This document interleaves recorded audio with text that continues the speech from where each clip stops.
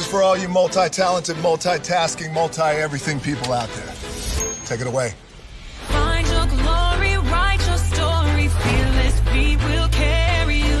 Time you own it, take your moment, be a fire burning through. Hustling from night until morning, grinding it out, it won't be long. Feel your power, it's your hour, you inspire, you are strong. Enjoy your Zoa. No applause? You're all fired. Now that you've reached the stage in your life where quality television is important, Nubian TV is a black network that speaks to your lifestyle. Nubian TV is the world's first digital network devoted to the upscale and political lifestyles of black people. Nubian TV's programming includes politics, travel, fashion, food, automotive, arts and culture, civil rights, music, and more. Watch now on Amazon Fire TV, Roku, or watch globally at nubiantv.net. Nubian TV, it's what you want to watch.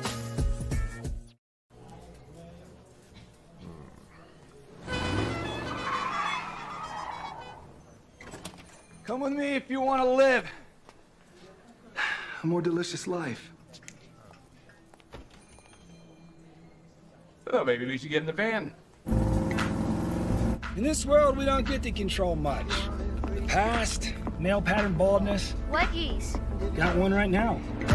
The urge to puff that bubble wrap. But there is one thing we do get to choose every single day: what we eat. Welcome to the Sonic Department of Research and Deliciousment. We have everything you want, didn't know you wanted, and some things you didn't know were possible. Because we believe if you're not having fun, you're not living free. So come on, let's live a little. Hey, good morning, America.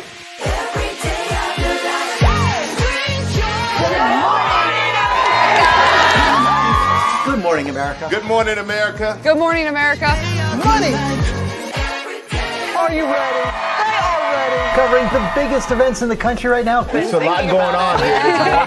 It's always a good time. That's what the show's about. That's good. Really good. Very good. Coming in hot, Jimmy, coming in hot. It's far from elementary. Good morning, America. I'm not going to try to strut like Michael or anything. I have known George a long, long time. Have you ever gotten him to dance? Look at that face. You don't just see it, you feel it. I'm in. I'm in. I'm in too. I'll be there. I am here and so happy. I'm in. I'm in too. I'm in. That tells you something when Snoop Dogg's in. Michael, George, Lara, Ginger. Caesar. Just look at him. Politician. General. Author. Ruler. Man.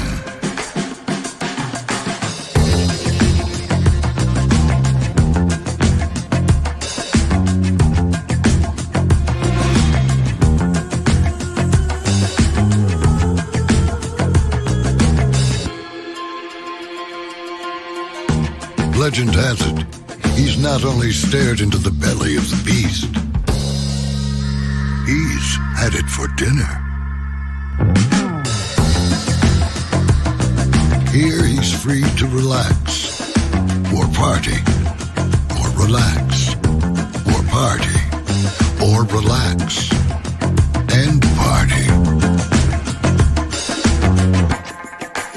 His is a world of opulence, excess, and the occasional impulse buy. Not one to rest on his laurels, he's famous for ushering in a new age of entertainment. So, for anyone seeking a place where the sun never sets on a good time, all this awaits. I am Caesar, and I approve this palace.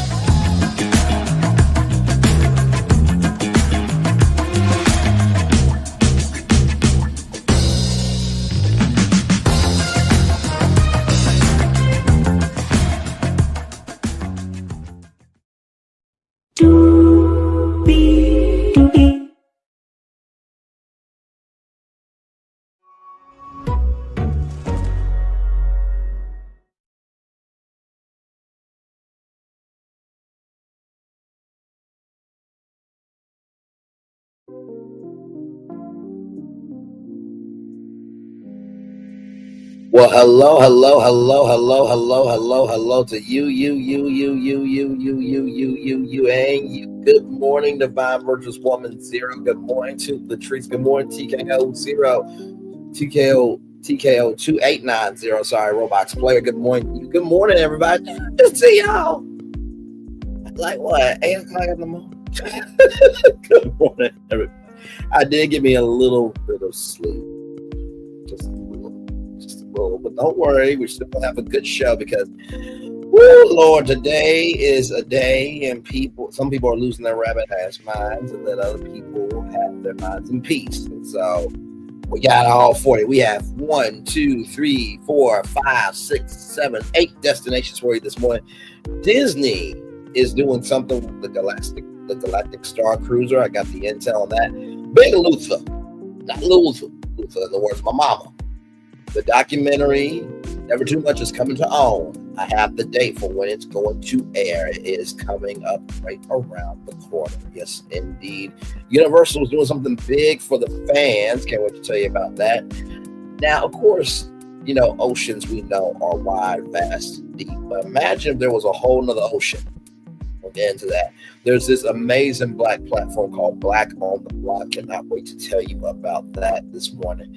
Danasia Elder is a beautiful, beautiful Black sister who is no longer here with us. I'll tell you, sadly, how she is no longer here with us. Dajua Blanding.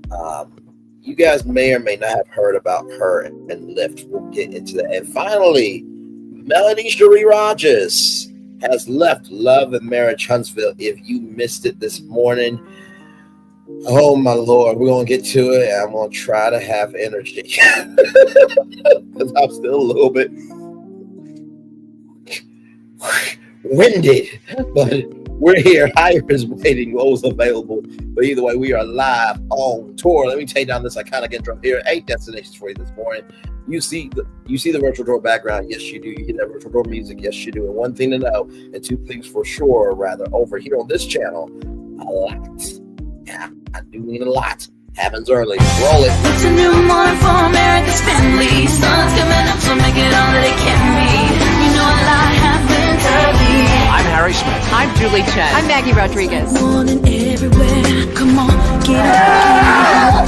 I'm Russ Mitchell. And I'm Dave Price. And it's a little early for this. Now this it's a new morning for America's family. Sun's coming up, so make it all that it can be. You know a lot happens early. Every day's good when you're starting it out right. Whatever you do, the daylight. And a lot happens early. Can you feel it? And I say, Good morning, everybody. Are you girls ready for the Jonas Brothers? We have an early show exclusive. Yes. A lot happens early. Dirty. Early. A lot happens Early. The Early Show, weekday mornings on CBS. It's a new morning. Julie Chen Moonves, you ain't never lied, my friend. It is a brand new morning, in the words of the early show, starring on a brand new day. And with Russ Mitchell, Dave Price, here, Smith, and Maggie Rodriguez. You guys are right on this channel, right here. A lot happens early. Good morning, everybody. Woo.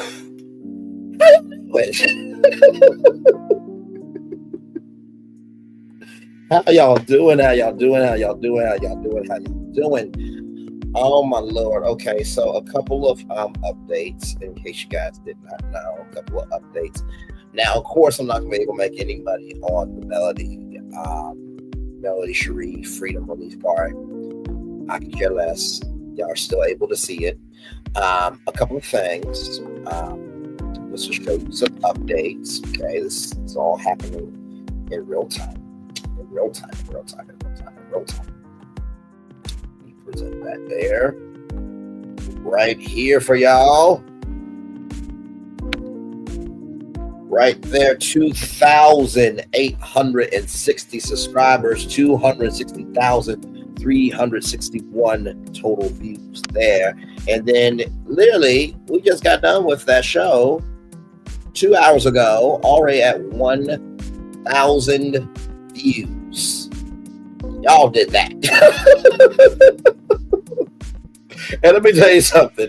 If you are a subscriber, don't let anybody ever tell you that you are not a content creator. Like Chit Chat with QT said, you guys are content creators. You just type out your comments. Because do y'all not realize that says 6 hours, 30 minutes, and 21 seconds? Y'all hang in there with me for almost a whole work day. Y'all, all real. Father guys, 11:11. It's 11:11. It's 11:11. It's 11:11. It's 11:11. It's 11:11. It's 11:11. It's 11:11. It's 11:11. It's 11:11. It's 11:11. Said that 11 times in 1 second. Yes, indeed. Y'all, we got a lot to do this morning. We're gonna have a good time in doing it all. Now, I saw this literally last night. God is God all the time. I saw this last night from the rap, and what this could have been, right? What this could have been.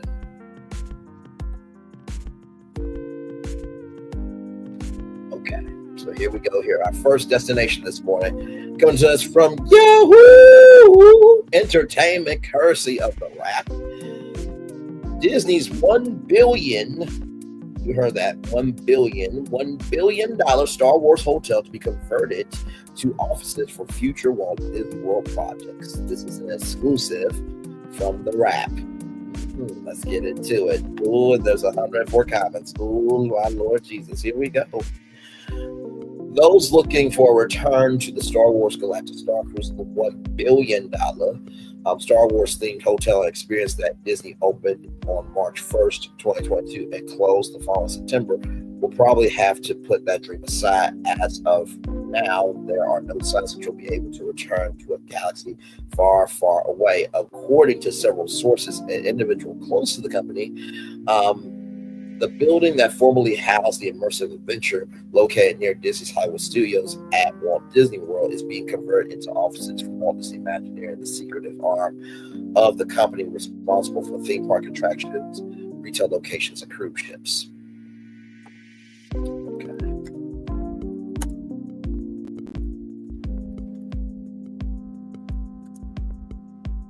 Hang on. Y'all know. Don't play. You don't play. Don't work. Because y'all know I keep my receipts around here. Yes, don't burn. Don't burn. We won't talk about that here. Yes, a minute. Yes, indeed. Here. Walt Disney Imagineering will be using the building as a hub for several expansion projects coming to the expansive Walt Disney Resort, including, among other things, the Latin America area of Disney's Animal Kingdom that will be the home to Encanto and Indiana Jones themed attractions, or the Tropical Americas. The upcoming Cars and Disney's villain themed lands opening at the Magic Kingdom and the Monsters Inc. and complete with Door Chase coaster arriving at Disney's Hollywood Studios. That Monsters Inc. Incorporated coaster is perhaps the most controversial because it calls for the removal of LED. The rap had heard several rumbles that the building was going to be potentially used for a several hour-long dinner theater type experience that would use the hotel's lobby used for storytelling moments as a part of the Galactic Star Cruiser, bridge, bar, and restaurant, and that the gift shop will also remain open. But the rap has now been told quite firmly that the building will not be accessible to guests at all. This likely has to do with how cumbersome it would be to shuttle guests to the Star Cruiser building, which is in a backstage area of the park. When the hotel was open, theme shuttles will transport guests to and from Disney's Hollywood Studios on the Experiences Away Day, where guests would have exclusive interactions in the Disney's Star Wars themed land, Galaxy's Edge. Those shuttles can only carry a few guests at a time, which isn't ideal if you're trying to repurpose the space for a more inclusive dining experience. According to one source, several playtests have been conducted in part of the old Star Cruiser building with cast members filling in for paying guests, but the test would be for a potential dining experience in the theme park and not the Star Cruiser building itself. When Olga Cantina, the Star Wars themed bar in Galaxy's Edge, was first conceived, it was initially a part of a larger dinner theater experience. This experience was teased in early concept art and seemingly repurposed when many of these experiences meant for regular park guests were shifted over to the Star Wars Galactic Star Cruiser project. Now they're circling back to that dinner theater idea. While the Star Cruiser experience only lasted a little more than a year, it has been memorialized by those who actually did and by those who watched. Video essayists and Disney theme park superfan Jenny Nicholson's 4-hour takedown of the Enterprise, which has a whopping 11 million views on YouTube. Some were hopeful that the experience would reopen as something perhaps with an overlay attached to whatever Star Wars project was currently being promoted by the company, but the conversion to office space seems to close the book on the project for the foreseeable future. Disney took a tax write-down on the Star Wars Galactic Star Cruiser, which would freeze the use of that building for a specific time. And most of the projects outlined above are just starting, so it could be years before they actually open. The post-Disney's $1 billion Star Wars hotel to be converted into offices for future Walt Disney World projects appeared first on the map. So, all good, my friend, all this. What do I think about this? Honestly, tell you the truth, Disney, this is where you have failed again. This is where you have failed.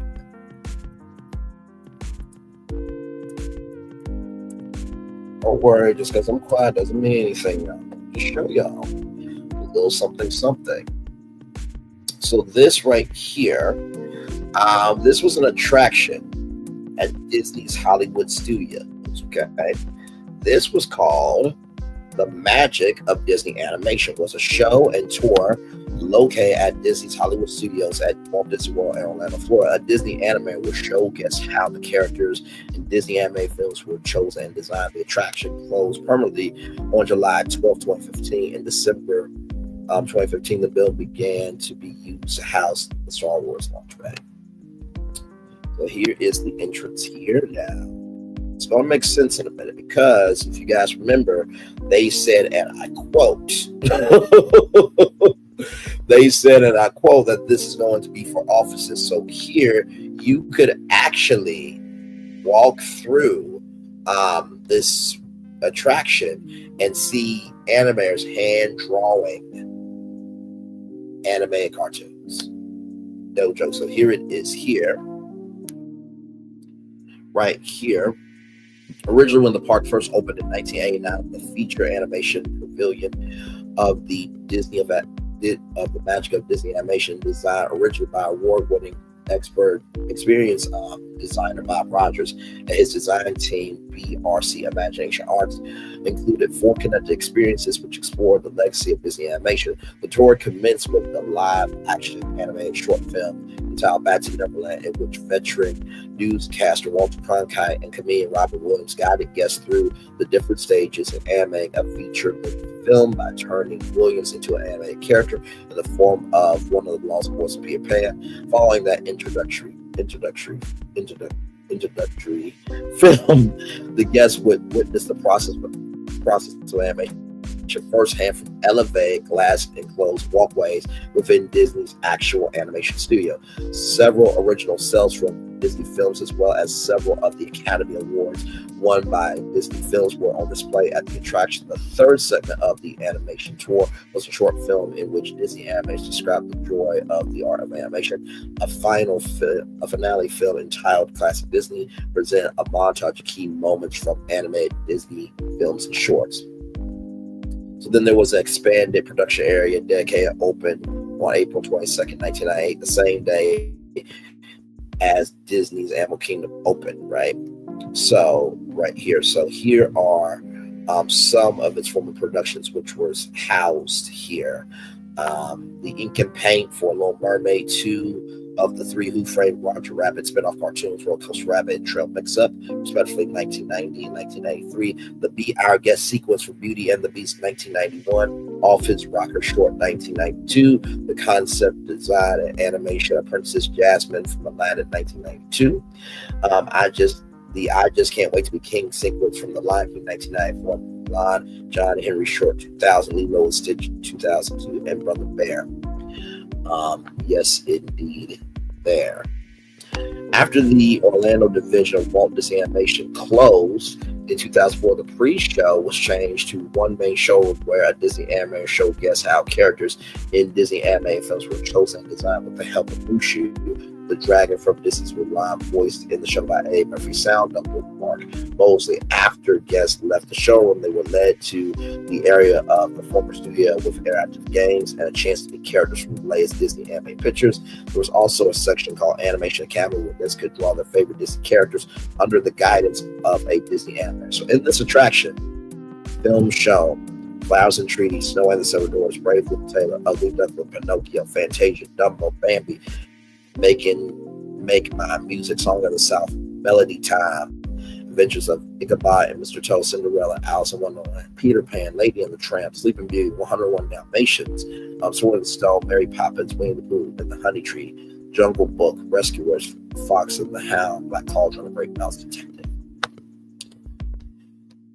So all that happened there. So it's interesting to me that they want to make these offices, right? And it's just like, y'all had it.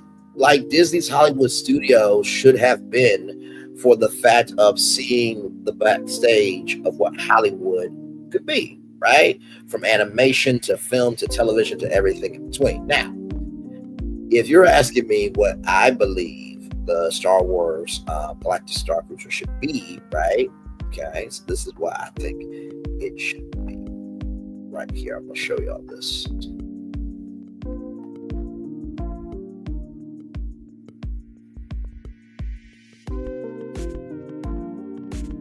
Deodorant. You smell amazing. It's native. I want you to see this.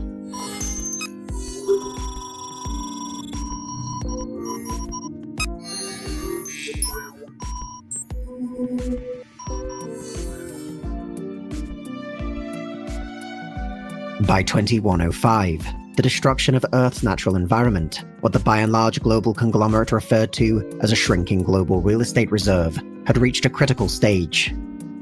Unless dramatic measures were undertaken, humanity would become extinct, drowned beneath the endless tide of its own garbage. While such a crisis might have been taken as definitive proof of certain problems inherent to runaway consumerism and set the stage for reform, by and large instead opted for a solution that was more friendly to their bottom line.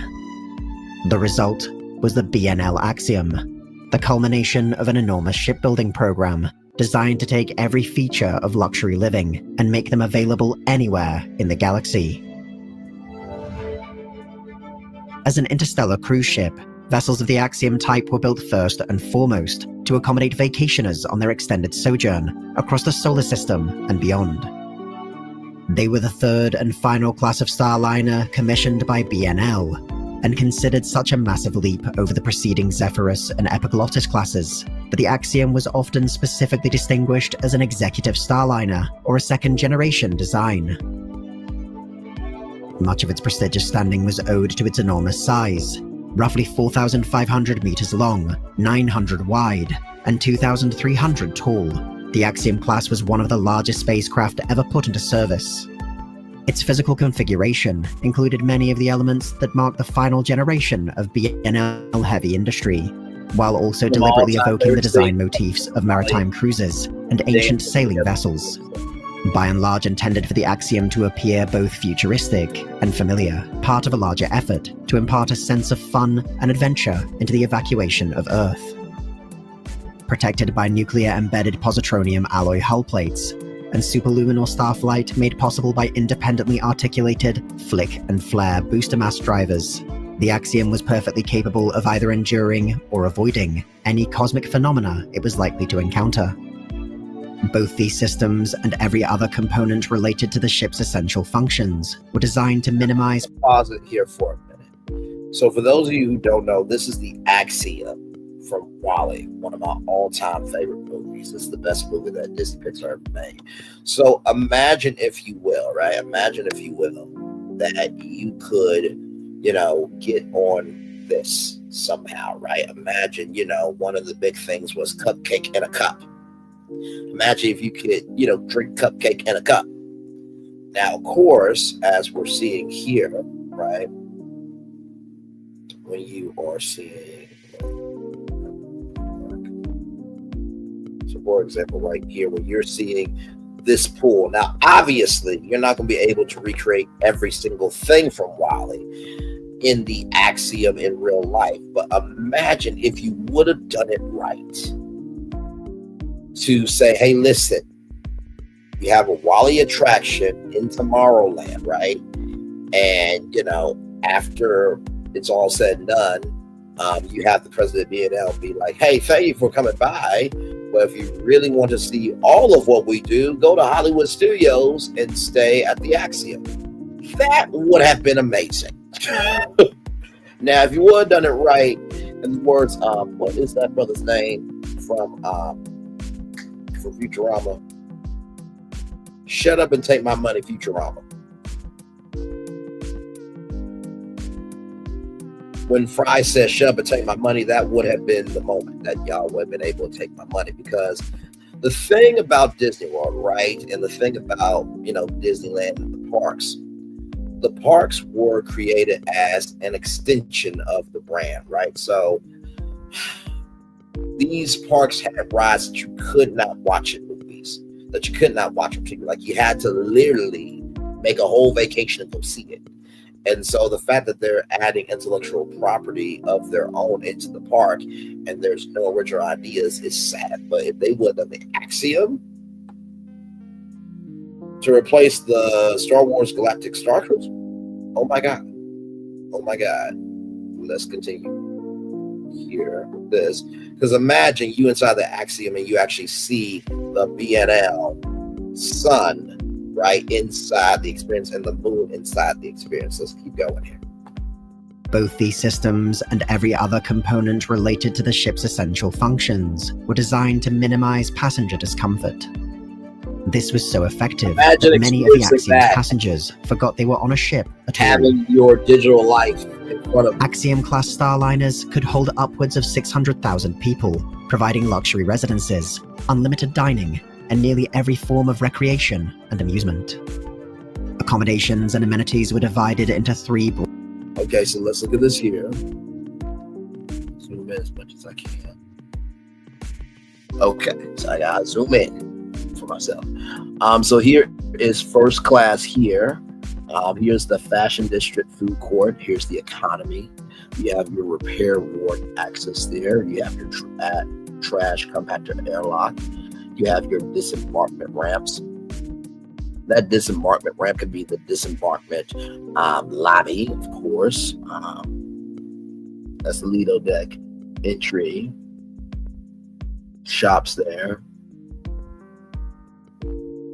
I don't know what that is. The nursery there, the observation deck, the bridge, the captain's apartment. But you see that if they were able to take all of this, right, and put it into the Galactic Star Cruiser from Star Wars and recreate this, it would have been a smash. Broad categories: coach, economy, and first class. Each section ran the length of the ship from its stern to bow respectively, and were connected by a central hoverrail line. The ship's defining feature was an artifaction ran the length of the ship from its stern to bow respectively, and were connected by a central hoverrail line. So as you can see here, ice cream in a cup, you see pizza, you see a little bit of all of these. So imagine, if you will, that maybe you don't see the big, because that to recreate this right here in real life would be crazy. But imagine if you saw flat screen TVs with all of these different graphics from the Axiom. The ship's defining feature was an artificial outdoors, a vast open area that ran through the center of the ship's coach class. Mimicking the aesthetics of by and large megamalls, this central courtyard housed the majority of the ship's dining and shopping areas, as well as casinos, cinemas, fitness centers, libraries, lounges, spas, and schools. Much of the ship's economy class was comparatively bare bones, with more residences and fewer amenities, while first class resembled more of a spa-like environment. Every section, however, was flooded with advertisements and automated messaging, keeping the ship's population informed on the latest trends and sales. Despite the Axiom's immense size and the extraordinary requirements of its passengers, only a single crew person, the ship's captain, was assigned to each vessel of the class. This was mainly a ceremonial position. Captains were expected to appear in advertisements, mingle with passengers, and be seen drinking coffee on the bridge. But their impact on the ship's functions were very limited. So imagine the captain of the Axiom beaming into your hotel room inside the Axiom. Like, do y'all see where I'm going here? Like, for Disney to be that creative, to just turn it into offices, when they already had an attraction off of Disney animation where you can walk through and see animated films done, which, by the way, the movie Brother Bear and Lilo and Stitch were created at Walt Disney World Resort in Florida. Fun fact. In how the morning announcements were presented, did the captain exhibit any kind of leadership? Imagine doing that. Without any manual control or human oversight, the administration and maintenance of the Axiom instead fell to over 500,000 robots. These were involved in every facet of the ship's operation, from utility bots that kept the Axiom's surfaces pristine. Right here. Wow.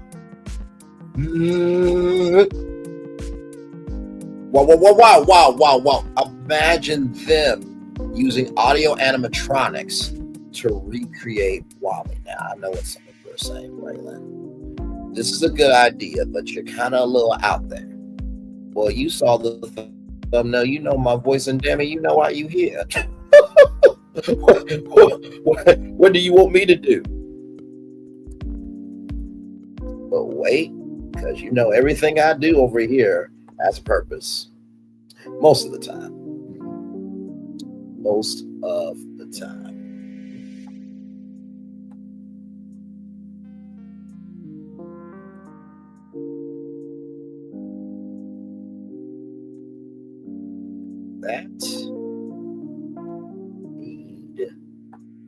All right, back to our video. Here we go. To beauty bots that maintained basic hygiene across the human population.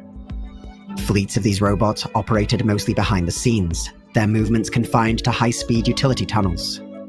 The most powerful and advanced robot aboard the Axiom was the autopilot, a single command intelligence responsible for the safe and efficient operation of the ship. First launched in 2105, the Axiom and the other ships of its class helped to complete the evacuation of Earth before joining the rest of humanity on its tour of the solar system and surrounding space. Although this first cruise was only intended to last 5 years, the failure of by and large to repair the Earth's environment meant that the recall order was never given. Ships like the Axiom undertook the same routes over and over, slowly transforming from luxury liners to the last vestiges of human civilization. For over 700 years, the Axiom efficiently fulfilled the role for which it had been designed.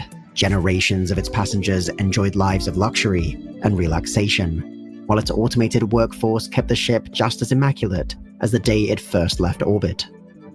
Even centuries after by and large ceased to exist, the Axiom endured. But both this astonishing class of vessel and the company that created it were the victims of the same flawed philosophy. By and large aimed to provide everything all the time, but in doing so, it removed from humanity the drive it needed to not just survive, but truly live. Imagine all of this recreate. Viewed from afar, the Axiom was an astonishing achievement. It was an unfathomably sophisticated starship, one... imagine going to the captain's quarters and being able to touch the controls of the Axiom. able to traverse the galaxy for centuries, that might have gone on to do so for centuries more. But to step aboard it was to realize the lie. Whatever else it might have been, the Axiom was no true starship. It would never push the boundaries of human knowledge, or boldly go into some uncharted space. The Axiom was a prison, lavishly outfitted and pleasant to live in, but just as uncharted space. The Axiom was a prison. Food. You see pie, you see pizza, you see burgers, you see all that. Now, obviously, you could do a pie and a milkshake. I don't know if you could do pizza and burgers, but you get the idea. Lavishly outfitted and pleasant to live in, but just as antithetical to the human spirit as any jail cell. It saved mankind once when it left, and again when it returned.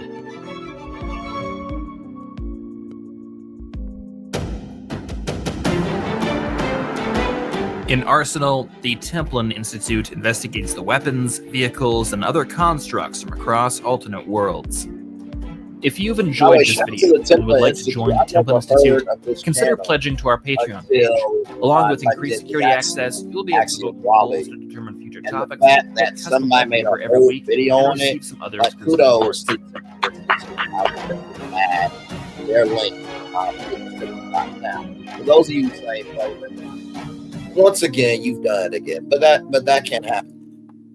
You really believe it can't happen? Then what is this? That's Wally right here. In real life Wally at the Disney D23 Expo. Look at that. They even have the cockroach on his shoulder. Like, come on. Oh, look, we have Wally right here. I was highly ashamed, disgusted, and sad by this. Look at that. They even have the cockroach on his shoulder. To see Wally in real life. But bigger than that as well, in the same way. Don't you see this? WonderCon 2015, and we bumped into Mike Senna. How you doing, Mike? Hey, Norm, I'm doing great. Mike, of course, is one of the few guys who, along with Mike McMaster, we talked to a lot, built a full-size animatronic Wally robot. And we've checked out Mike McMaster's Wally a lot, but we haven't checked in with you. So what's the state of your Wally? So my Wally is pretty much done. I don't think I'm going to add a whole lot to him. He's right now with Eve. There's the latest Eve right there. Yeah, let's run through some of the stuff you've built in. Obviously, a lot of servos inside, a lot of motion. What can your Wally do? Yeah, so my Wally can wave, and he's got a little bit of animatronics going on with his head, where every 8 seconds he'll do something with his, either move his head or move his eyebrows, or his arms will kind of hunch his shoulders. That's just to make him look more alive. And I know you guys had a tough time getting the tread system, and it worked together a lot to get that working. Your Wally also moves? Yes, Michael McMaster actually designed the first generation of the tread drive, and we've been using that pretty much throughout the time that we're operating them at the cons and stuff.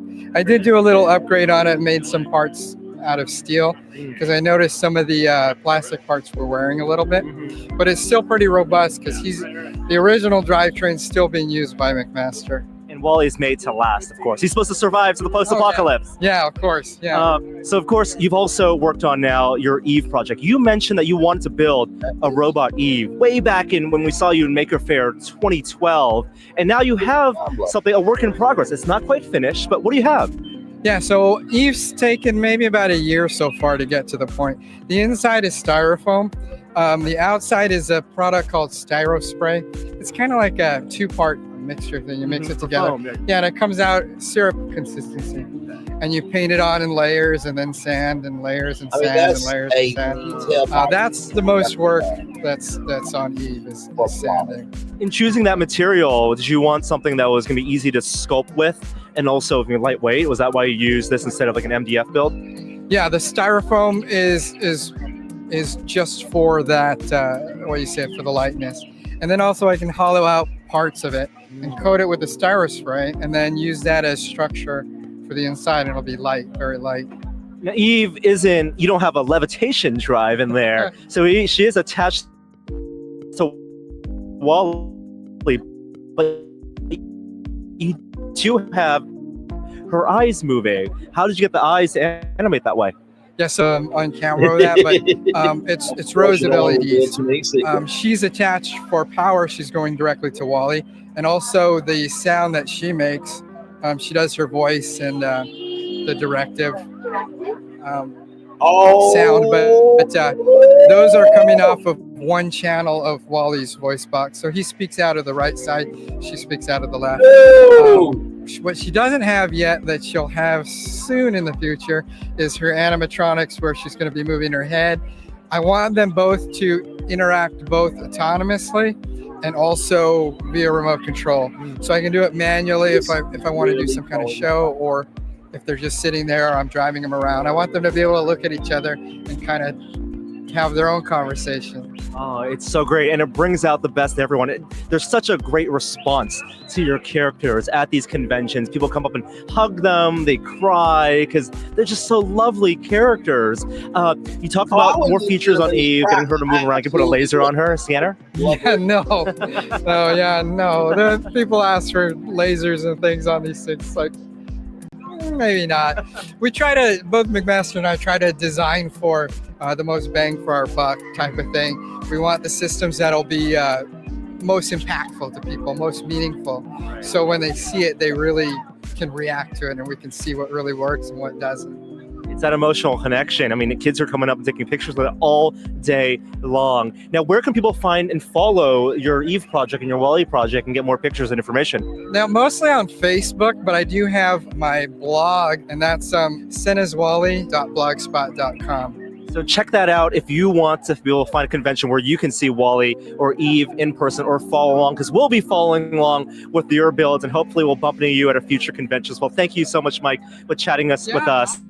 It's great to see you at WonderCon, and it's great to see you guys out there. We'll see you on Tested.com. I'm Norm. See you next time. Bye. Now, Disney, that was a fan who created Wally and Eve, okay? So I don't want to hear that you cannot make the axiom in real life, because that dude could be an Imagineer like that, okay? Now, there's something that you guys may or may not know about Disney. So, there was a thing called the Reedy Creek District, which was Disney's own special district in Florida. Reedy Creek District paid for its own police, fire department, and emergency medical specialist teams, right? And Ron DeSantis took that away from Disney because Disney did not like Ron DeSantis being discriminatory to the LGBTQIA plus community. So he took that special district away, right? And then gave Universal Orlando Resort a special district. And on top of that, him and his wife got married at Disney. It was a huge back and forth. Disney was cleared of any crimes. But here's something that you don't know. So remember how I said that the Star Cruise will return into offices. Y'all look at this from Disney Tourist Blog. Disney reveals plans for Imagineering's new campus in Lake Nona, Florida. So this was going to be Walt Disney Imagineering's campus right here. The corporate campus for Walt Disney Imagineering and other employees in the Parks and Resorts Division will soon start to take shape. Thanks to newly released plans, we now know that the move from California to Florida will proceed as planned, with details about the buildings and the design of Disney's Lake Nona campus coming to light. Let's start with a quick recap of the Lake Nona relocation saga thus far. Back in July of 2021, the Walt Disney Company announced that a new regional hub in Orlando's Lake Nona community would become home to more than 2,000 professional jobs relocating from California. At the time, the average wage for positions was reported to be $120,000 annually. The Lake Nona campus will become the main campus for Walt Disney Imagineering and others in the Disney Parks, Experiences, and Products EP division. Initially, most of the Disney Parks and Experience and Products positions based in Southern California that were not fully dedicated to Disneyland Resort or the international theme parks will be relocated to Florida, rather. Even with most white-collar employees from Disney parks and resorts relocating, that would still only represent under 5% of Disney's sold jobs in California. That's largely because the bulk of Disney's Southern California workforce is frontline cast members at Disneyland Resort, with other white-collar campuses for the corporate headquarters and Walt Disney Animation in Burbank, plus Pixar and Lucasfilm in Northern California, among other non-park divisions in the state. As of summer 2021, the Lake Nona move was then expected to take place over the course of 18 months. The new campus would begin to open by December 2022 and to be totally completed by 2023. Disney's Lake Nona campus reportedly had been in the works since 2019. It is currently early 2023, and the construction site is still dirt now. No update as of yet if this has, progressed or not. With Disney's move right here, hang on. Wait a minute. With Disney's moving large investment in our community, we are delighted to welcome one of the world's most recognizable brands to Lake Nona. By choosing to build a new regional campus in Lake Nona, Disney will become part of this smart city where cutting-edge ideas turn into realities, said Nick Butcher, president of Tavistock Development Company, the owner and developer of Lake Nona at the time of Disney's original announcement. As someone who moved with my family from California to Florida and back again, I understand that relocation is a big change, not only for the employee, but also for their families. DPEP Chairman Josh DeMar wrote in a letter to employees. Therefore, moving these roles to Central Florida will take place throughout the next 18 months, provide flexibility and timing to accommodate individual situations and needs. This new project will create a dynamic environment to support our expanding business. A brand new regional campus, which will be built in the vibrant Lake Nona community of Orlando, Florida. Tomorrow, said Blair, with more than 60,000 cast members, Imagineers, and employees. Central Florida has long been home to many of our businesses, including the Walt Disney Resort and most of our Disney Signature Experiences team. So this is what the campus was supposed to look like there. Lake Nona is a master plan community developed by the aforementioned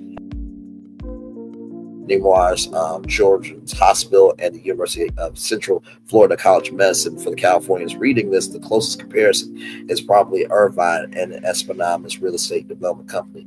An up-and-coming area of Central Florida, Lake Nona is already home to a respected roster of companies, including Beat Mobility Solutions, Chopa Global, Cisco, GE, Guidewell, Hiachi, Johnson & Johnson, KPMG, LED, Limitless Minds, Lithium, Nemours, Signet, Seams, Signature Flight Support, BBA Aviation, CENTCOM, the U.S. Tennis Association, Veteran Affairs Administration, Verizon, and more. So this was supposed to be the campus. By the way, did I mention this was like $1.5 billion for the state of Florida? And so because of the Don't Say Gay bill war that Ron DeSantis unnecessarily took on, Disney cut the project.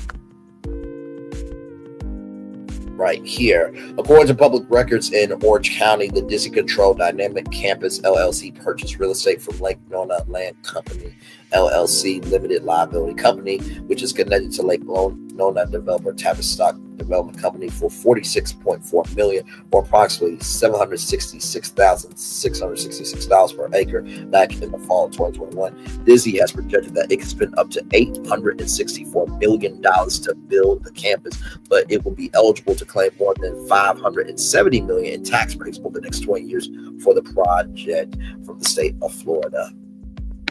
So yeah, site prep work shortly began thereafter in late 2021 as Disney shifted its plans to high gear or to meet its own at the time self-imposed 18-month deadline. Simultaneous to that, Imagineers and other employees were asked to inform the company as whether they'd like to make the move.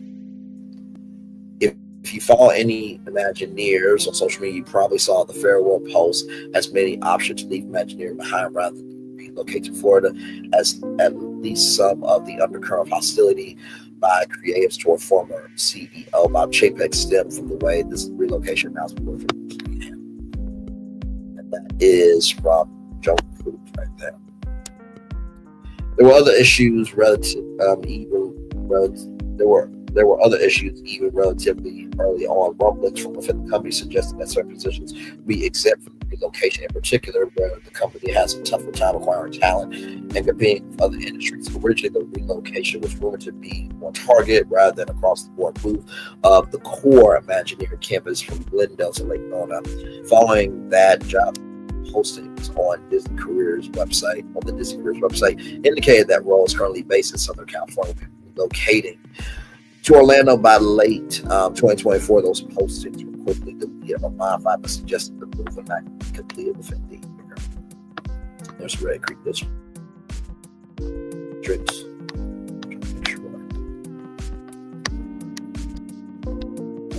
Okay, so as you can see,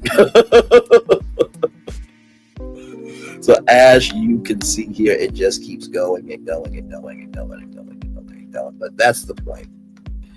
That this project that was over $800 million, and here is everything that was going to be. So here was Disney's regional campus was going to be, and Disney is also building affordable housing in Florida, right?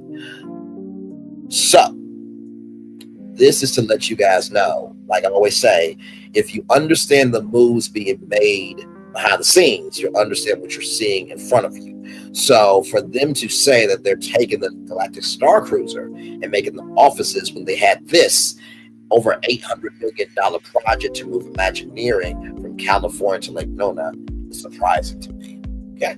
All right. So there is that. Their shots to the wrap for that exclusive on the Galactic Star Cruiser from Star Wars now being converted into offices. All right. More Virtual Tour Live coming at you right from this space right here, right now, from the Detroit Free Press. Beloved Luther Vandross. Oh, hang on. Beloved Luther Vandross, in the words of my mama, Big Luther, not Little Luther, finally at theaters. It's been in select theaters for a while, but also airing on the Oprah Winfrey Network in February. Yes, indeed, right there. Pause.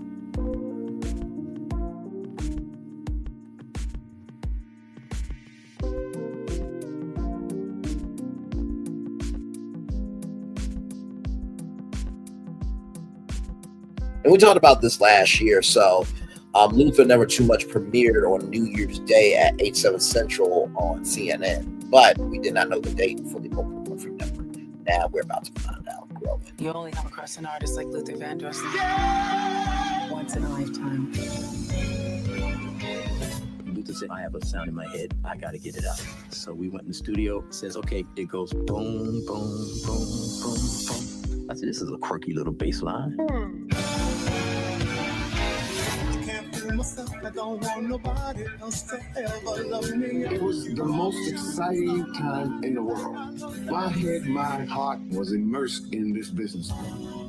His life had some extremely joyful moments. 4 albums and all of them platinum. And some really difficult moments. He would say, God has given me everything I asked for, except one person who loves me. I keep getting the feeling that the best part of my career is still ahead of me.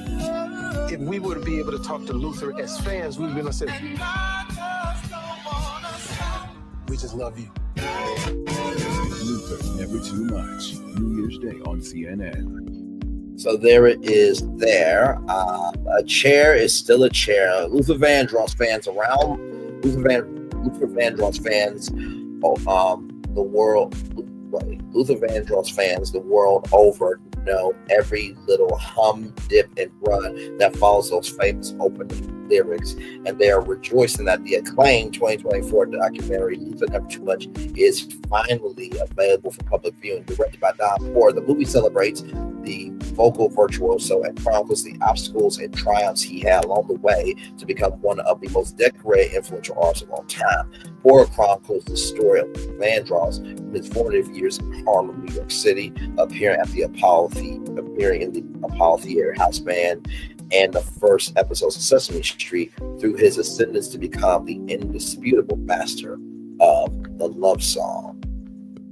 Man, still be here for sure. Using a wealth of rarely seen archives, Vandross tells his own story along with the voices of his closest friends and musical collaborators, including Jamie Foxx, Mariah Gary, Diane Warwick, Valerie Simpson, and Roberta Flack.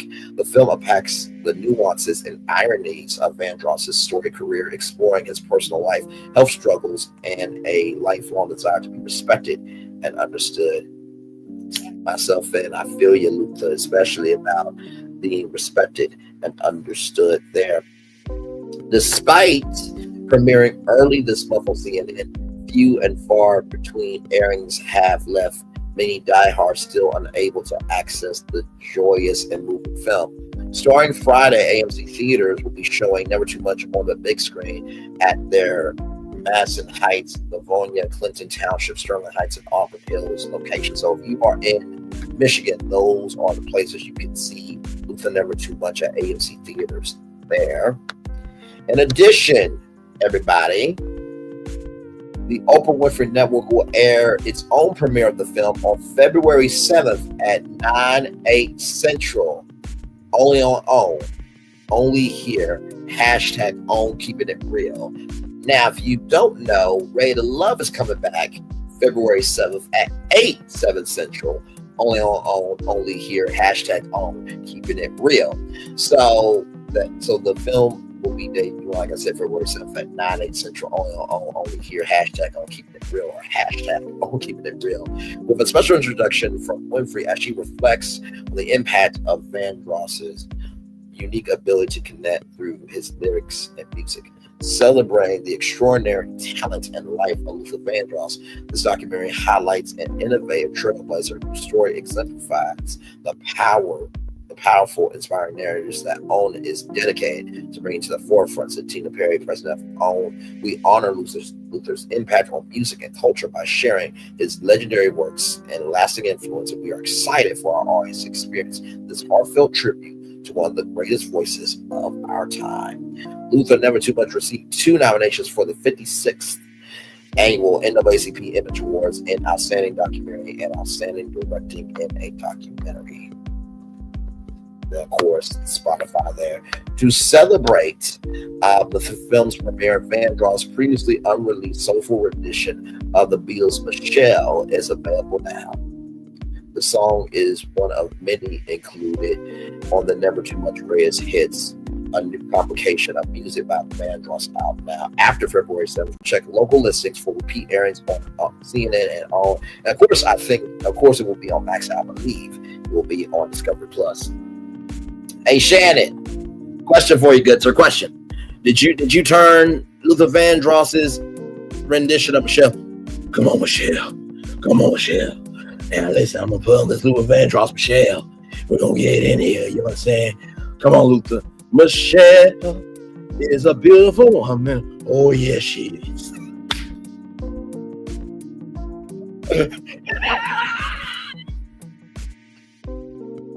I'm so sorry.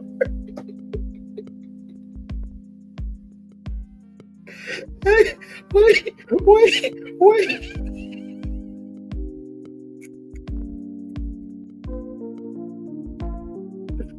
Oh. Okay, hang on.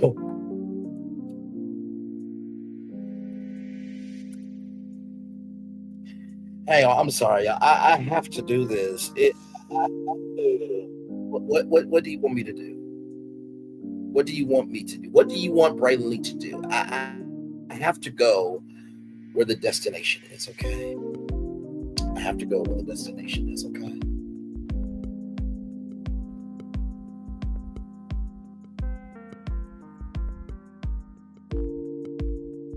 Hang on one second. I just want to make sure that this is the right footage before I play.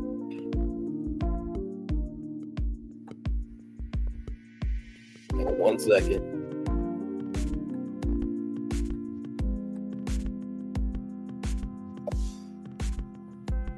Oh, no, hang on 1 second. Hang on 1 second.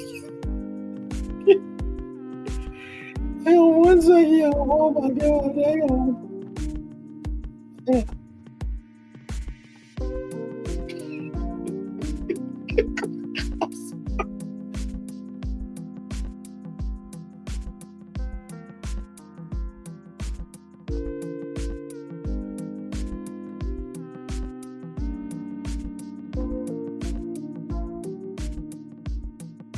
trying to make sure this is. What's the original? Y'all not gonna play with me. Y'all not going to play with me. Y'all not gonna play with me.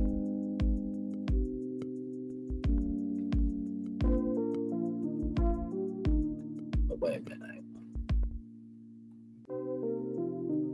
Is this it here? Hang on. Because I know the aisle still gotta be out here somewhere. I know it's gotta be. Where?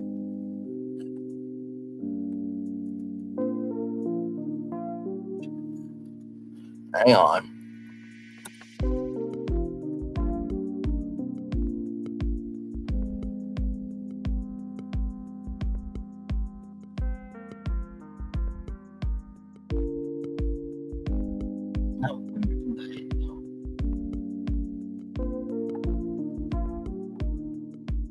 Maybe is this it?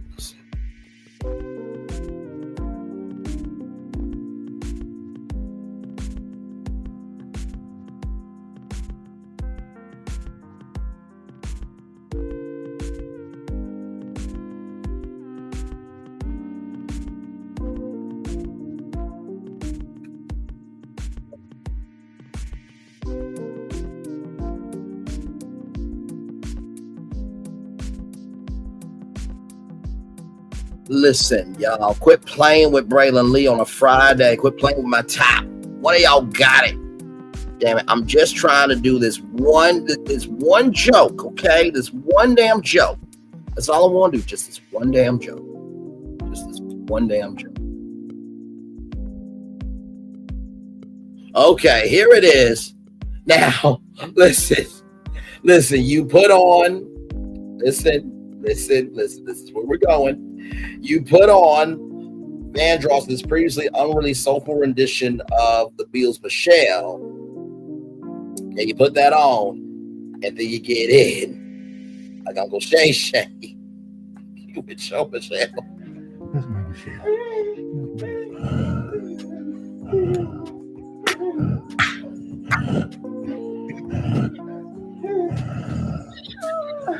But he posted on his IG. I'm sorry. What was I supposed to do? What was I supposed to do?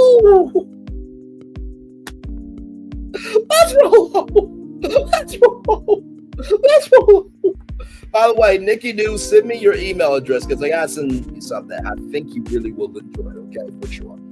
Oh my God. There it is. All right, rolling on. For those of you who are Universal fans, I believe we have them here because, as you guys know, we are theme park nerds over here. At least I'm a theme park nerd. We are theme park nerds by association because there's something coming May 22nd, 2025. I'm sure you've heard of it. I am so sure you've heard of it. If you haven't, let me tell you about it. Hey kids, can you guys let my people know what's going on? Whoa, what is that? What the heck is that? Nina? Come to me. Me away.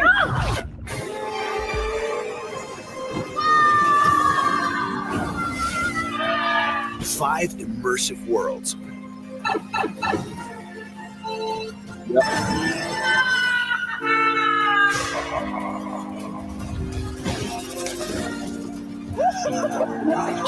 Always gonna be so amazing theme park.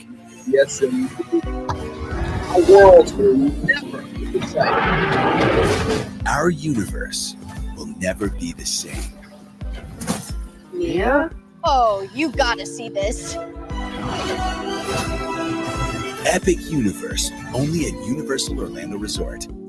Shout out to Universal Orlando Resort. That'll be coming out May 22nd, 2025. But in the meantime, between time, from /film.com, Universal Studios Fan Fest nights will allow you to enter the worlds of Star Trek, Back to the Future, and more. Let's get into it. While Disney is replacing legendary theme park attractions and angering everyone with a pulse, I think that's an understatement. It seems 2025 could be the year of Universal Studios. Universal Studios Orlando is set to open their huge Epic Universe expansion in a couple of months, bringing huge new lands and rides with the latest technology. Now, Universal Studios Hollywood is joining the fray with its own big news for 2025 that promises a new kind of experience at the theme park with Universal Fan Fest Nights. Okay, created by the same people who gave you Halloween Horror Nights, the energy from the park's massively popular fall event to another time of the year. FanFest Nights is an upcoming special ticketed event taking place after hours and focusing on celebrating different fandoms with no discernible connection between them. Taking place exclusively at Universal Studios Hollywood, or now at least. The event promises to immerse attendees into hyper-detailed experiences meant to recreate and celebrate beloved franchises. There are experiences themed to Star Trek, Back to the Future, Dungeons & Dragons, the board game, not the excellent and underseen movie, One Piece, and Jujutsu Kaisen, okay? As well as a light projection show at the Harry Potter themed land, and the debut of Yoshi as a character meet and greet character at Super Nintendo World. Now listen, I have been saying, right? You got Mario, you got Luigi, you got Princess Peach, you got Toad, you got Donkey Kong. I need to see Yoshi. Universal, thank you for listening. Thank you for listening. Thank you for listening. Yes, because I said it, Universal did it. Absolutely. Yes. The other side can run rampant, crazy, and tattered in their lies. I can lie at least one good time and say that because Brainley said, I want to meet Yoshi on Brainley's Virtual Tour Live, that Universal made it happen. Yeah. You do see right here that says, right here, wait for it. Allegedly, in my opinion, and for entertainment purposes only. Y'all do see that, right? Okay, roll it up. Yes, indeed. It's not quite the same immersion Japanese theme parks do in celebrating the arts behind media. Behind the media, right? But it does promise to be a cool experience for those who want the same level of immersion the mazes at Halloween Horror Nights offer, but without the horror and scares. Hashtag please and thank you. Tickets are now on sale for the Fan Fest Nights, which take place April 25th and 27th, May 2nd and 4th, May 9th and 11th, and May 16th to 28th, 2025 at the Universal Studios Hollywood website. Yes, there we'll go that website here and just make it more details below. Fan Fest Nights seem to be taking a page from Universal Studios Japan. Oh, there's a lot going on there. My Lord Jesus. All right. Good morning to you. Good afternoon. Let's break down the event. First up, there's Star Trek Red Alert, which a press release describes as a walkthrough experience that takes you on board Enterprise D during an attack by outside forces. Guests will be able to step into the ship's bridge, which is the actual set featured in the third season of Star Trek Picard, which is from Paramount Global, and see a show with special effects and even themed performance. This sounds a bit like the rather stunning Biohazard Night of Heroes made at Euro Studios Japan in 2024, which combined the walkthrough format of a maze with a stunt show as you walk through a set before standing and watching a show featuring all the fan favorite characters from the Resident Evil franchise. What makes this more intriguing is the promise of a set actually used in the show, which raises the question of whether future film and TV sets could be preserved for use at future events like this. There will also be a Back to the Future experience where fans will be able to take the studio tram tour to the actual backlot set using the film and step right into Hill Valley, complete with a recreation of the Enchantment Under the Sea strike from the film. Now, of course, it's the recreation. You are not going to get struck by lightning, okay? So just for everybody who's scared, just Stay calm, stay cool, stay focused forward, okay? Perhaps most intriguing is the Dungeons and Dragons Secrets of Waterdeep Attraction. Is the Dungeons and Dragons Secrets of Waterdeep Attraction, a one-of-a-kind adventure wherein fans can join the Harpers to foil a plot by Samphar the Beholder and save Waterdeep. It seems that this will not be a board game experience, but something even more immersive, as Universal has teamed up with Jim Henson's Creature Shop to bring Samphar to life. It's ironic that Universal teamed up with the Creature Shop for a new creature, right as Disney closed to the very last project Jim Henson worked on before his death. So, if Universal's working with the Jim Henson's Creature Shop, could there be a chance the Muppets go over to Universal?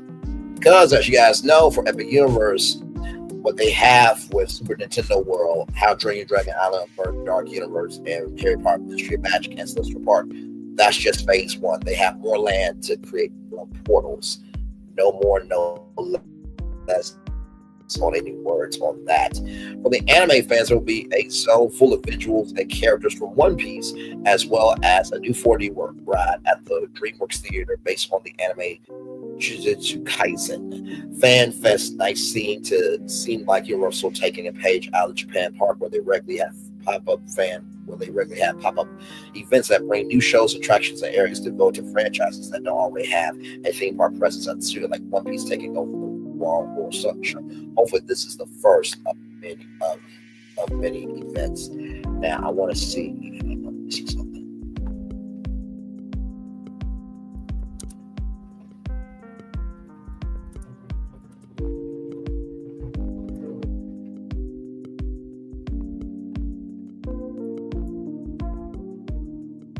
Okay, so I found some footage. Okay, I found some footage. Not footage, but I found a photo, okay? I'm sure that somebody, it's footage here, okay? So, ladies and gentlemen, right here is Yoshi! There he is there on his Mario Kart. So that is what Yoshi is going to look like in person, y'all. Tell you, Yoshi's story was my game in my childhood, okay? And here it is here. Here is actual, factual video from Reddit. Shout out to this Reddit user, Mario, 2 years ago. And now this is at Universal Studios Japan. So that's where we saw that first picture. So here it is here.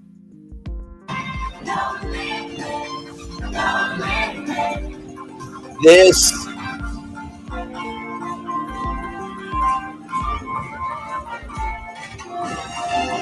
okay, now listen, Universal, listen, I'm not telling you what to do, but you know how there's the Grand Marshal of the parade? I think it would be cool if, somebody could, go on top of one of the carts and be a part of the parade. I will gladly do it. You just choose a different person for each parade. I just tag me in for one. I just need one. I just need one parade. I just need one parade. So if you happen to be in Hollywood, here it is here, okay? So general admission for 1 day, 2 day tickets, Universal Fan Fest Universal Fan Fest nights general admission for $74. That's not bad for $74. And here it is here. Valid on your select date only. Valid for one general admission to the Universal Fan Fest nights event. Daytime admission to the park not included. The event starts at 7 p.m. Subject to change. Check the Universal Studios Hollywood.com/fan nights website for event time prior to your arrival. Ticket does not include early event access. Valid at Universal Studios Hollywood, okay, in Los Angeles, California. So that is your general admission. Now, listen, for $75. Okay, so for $75, that's not bad at all. Now, here is it for Universal Express for $173. Okay. As it loads up. right here, valid for one admission to Universal Fan Fest Nights event. Ticket includes one time per day express access to each in-world experience ride and attraction. Daytime admission not included.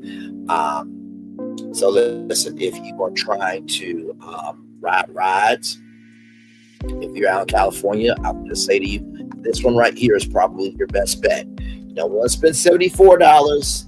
You don't want to spend $203, $114, $228, $373 there. Early night's ticket. We're gonna go through all of them so we can get so y'all can know what's going on. So here it is unlimited here for $203. Universal Express Unlimited. So right here,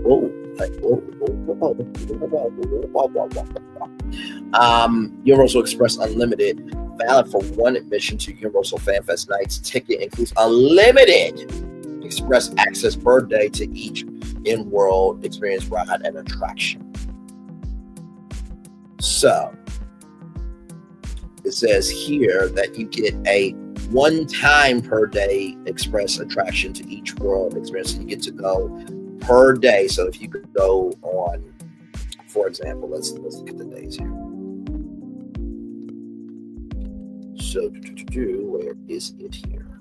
So let's just say you go on the 25th, 26th, and 27th. You only get to experience those attractions for one day. But if you get that unlimited pass, you can go as many times as you want. That's pretty much all it is. That's pretty much all it is. Back to this tab. Now here it is. So enjoy right here. Universal Fan Fest Nights after 2 p.m. day and night. Enjoy after 2 p.m. daytime general admission to the park and same day evening general admission to Universal Fan Fest Nights event. So if you want to make a day of it, this will probably be your best bet because now you got daytime admission to ride any rides, of course. Well, you should be able to ride rides. Yeah, you be able to ride rides. It's a lot going on. I've been up since 2:17, so please give me some love, grace, and space. Ticket includes early event access to select in-world experiences starting at 5:30 p.m. I'm trying to see if change there. Nope, it's just that there. Okay. And don't worry, I will drop the link. Okay, I will drop the link in the chat because I know we got some people, some Virtual Tour family members out in LA there. And listen, I know that there are people who may not be able to go because the fires are still raging. I totally get it. This is not to be disrespectful, to have any malice or any non-tactfulness, to recognizing that you guys are going through it. And just trying to showcase, hey, listen, just trying to bring some light, love, and joy to the world because we need it right now. Universal Fan Fest Nights after 2 p.m. day, night Universal Express. Enjoy after 2 p.m. daytime admission to the park and same day evening admission to Universal Fan Fest Nights. Ticket includes one time per day express access to each ride, attraction, and see it show during the day, plus one time per day express access to each in-world experience and attraction during Universal Fan Fest event. Includes early event access to select in-world experiences starting at 5:30 p.m. for $228. Now here is the VIP tour. Now, if you put this together, this is over $600. But hey, fellas, listen. There's always a way to get in the door. Now, if you have friends that work at Universal Studios Hollywood, hey, can I get the discount? And if they give you the discount, they should take it down a little bit. You're not using your family and friends. You're utilizing their benefits. Moving on. Okay? Just enjoy VIP treatment. Oh, my Lord. I already see the people in the back. Now, Braylon, you're doing too much. But the gag is, you think about taking my advice, aren't you? Okay. For $373, enjoy VIP treatment during Universal Fan Fest Nights. Event including shared and expertly guided walking tour of the event, private VIP trolley transportation, unlimited express access with VIP tour credential to select in-world experiences, rides, and attractions, as well as a gourmet dinner. Alcoholic beverages excluded in the VIP dining room and complimentary valet parking. Now, if you're trying to take any family member to this, let them know that they cannot bring their own bottle. Hey guys, so listen, we're going to Universal Fan Fest. I got the VIP tour for everybody. Hey, that's great. I'm gonna bring a bottle of Don Julio tequila. Well, actually, you can't do that. Really? Hey, hang on one second. So, what you're saying is, I can't bring this into the bar. I can't bring this little bottle into the bar. It is a little bottle. I'm just gonna cap it off. I'm just gonna pull it off and pull it. Give me that shit. As I am joking about that, you probably have a family member or a friend or acquaintance or coworker or somebody in your life that you have to have that argument with before going out. Of course, I'm joking. But there's a bit of truth in every joke. Anyway, moving on. And then early access here for Universal Fan Fest nights for $20. Get a head start on your night to experience select in-world experiences start at 5:30, subject to change, limited availability. Separate Universal Fan Fest admission for same day required. So you can get an early start, but you also have to get one of these tickets here, okay? So for me, if I was just wanting to ride everything, I would probably get this here, this $203 thing, because it's admission and unlimited express access per day to each in-world experience ride attraction. And then, of course, here you can do after 2 p.m. day or night just for general admission. But if you really want to ride rides, I think $228 is not bad. And then, of course, if you can swing it, $373. Now, if anybody needs a companion, I am highly available for this. I am highly available. Listen, you have not because your ass not. It's in the Bible. Get off my back. Multi-night tickets, 2-night admission, 2-night general admission for $109. Select any available event for your first visit starting April 25th, 2025. And then Universal Fan Nights Ultimate Fandom Pass for $249. Experience fandom over with general admission access to this year's Universal Fan Fest nights for up to all event nights based on selected date there. Okay, so yes, indeed. So those are the prices there. So you can clearly go to this link here that I'm about to drop in the chat. Get your tickets. And y'all, there is no code for Virtual Tour 30 for 30% off your tickets. I'm sorry. I know last time I did that with Almany, some of you went to Almany.com and you were sad and disappointed and disgusted in my behavior. So I just thought it would just be best to just nip that in the bud right now.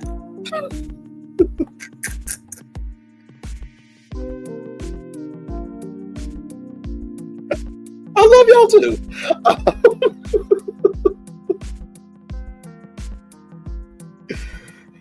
Oh my Lord Jesus. Okay, so here it is here. So here is Universal Fan Nights here. So engage in an unforgettable Star Trek Odyssey. Prepare for a journey beyond the stars in this immersive Star Trek experience. You gotta go back to the future. There's a time and place for everything. That's 1955. Step into Hill Valley. The lightning strike there.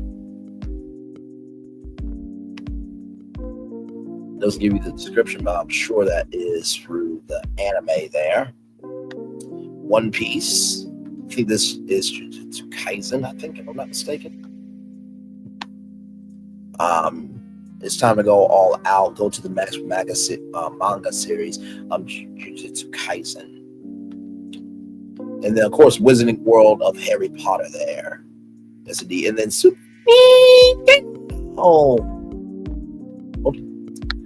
So right here, so we will go through each of these because there's a fan in everybody. Yes, indeed, there's a fan in everybody. So right here, travel back to Hill Valley in 1955, just like Marty McFly relive iconic film moments from Back to the Future as the courthouse square comes to life. Take a photo in your cosplay with Einstein, the iconic time machine. Experience the enchantment under the sea. Dance along with future age of the clock. Terror lightning strike that sends Marty back to the future. Yes, indeed. Enjoy a timeless menu. Prepare to rock around the clock with 50 themed food and retro beverages. That looks good. That is a pulled pork sandwich. Yes. I will need 2 of those. And yes, it is just from the off my back. Back to the Future goodies going back to 1955. It's fun. Depending on your skin color. But that's neither here nor there. But having proof that you did is even better.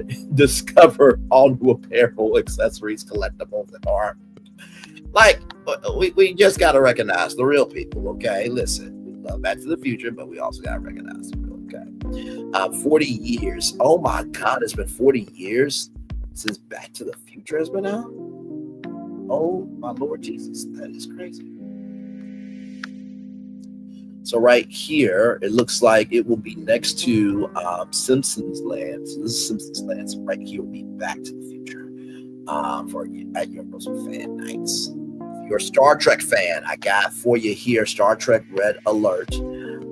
Right here, the most immersive Star Trek adventure awaits you in an all-new journey in the heart of the USS Enterprise with must-have merchandise, exclusive themed food. Grab your cosplay, gather your crew, and set a course on an unforgettable evening. Right here, I've never been able to do that.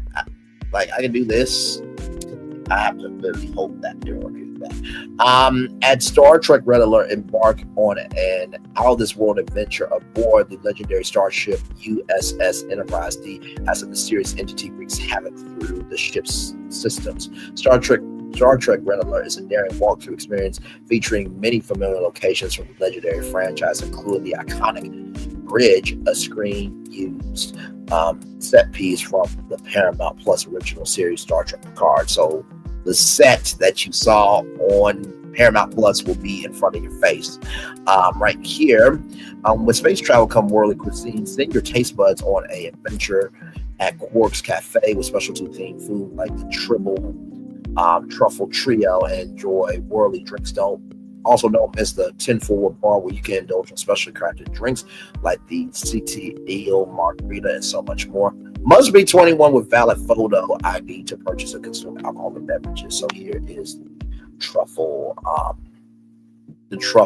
Ribble Truffle Trio there. And then of course Starfleet Essentials will do Star Trek apparel, accessories, and collectibles. So yeah, you literally get to walk into Star Trek. That's gonna be so cool. And it looks like right here it will be literally at the front of the park. It looks like so right here. So this looks like New York Street to me. So right here will be where Star Trek at Universal Fan Night. So right here, located in the Millions area land at Universal Studios Hollywood Upper Lot. So we covered Star Trek. We've covered Back to the Future. We do have more. Don't you worry. We're going through them all. We got Dungeons and Dragons. And listen, if you're new here, whenever we are at a destination, we go into it. So listen, I know it's a little bit long, but hey, listen, that's what we do. So yeah. And plus all that too, like if you really want to go, you want to be able to know what you're getting into. So Dungeons and Dragons, Secrets of Waterdeep. So that was that big eyeball thing earlier. I mistaken it. So here we go here.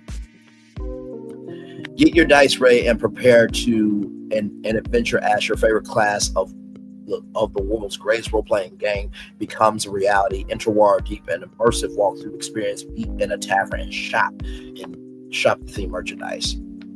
Join fellow harpers at Dungeons and Dragons quest to save Waterdeep from the clutches of the notorious Beholder. Xanathar the Beholder in the in-world action-packed Dungeons and Dragons Secrets of Waterdeep.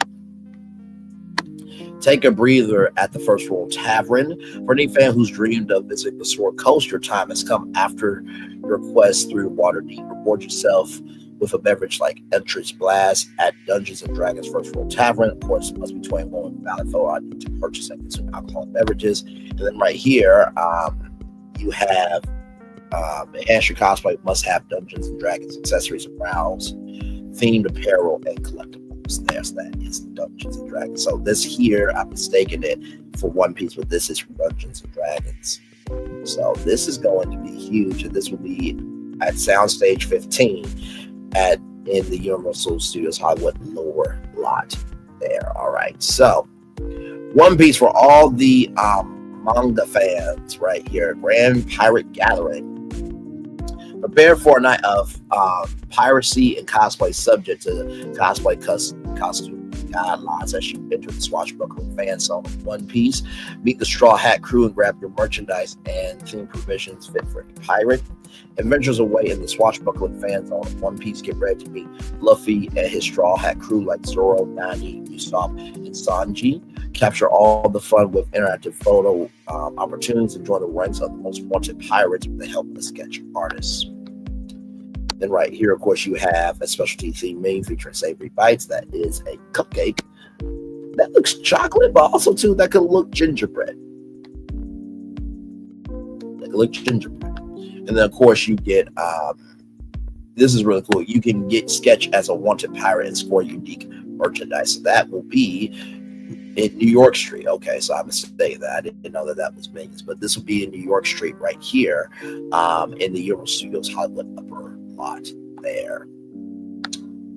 All right, we got Jujutsu Kaisen, was in World of Harry Potter, and then Super Nintendo World, Jujutsu Kaisen is in World of Harry Potter, and Super Nintendo World. Yes, this is. Y'all, I gotta tell you something. Universal is making it do what it do. Do you hear me? They're making it do what it do. Bring it up here.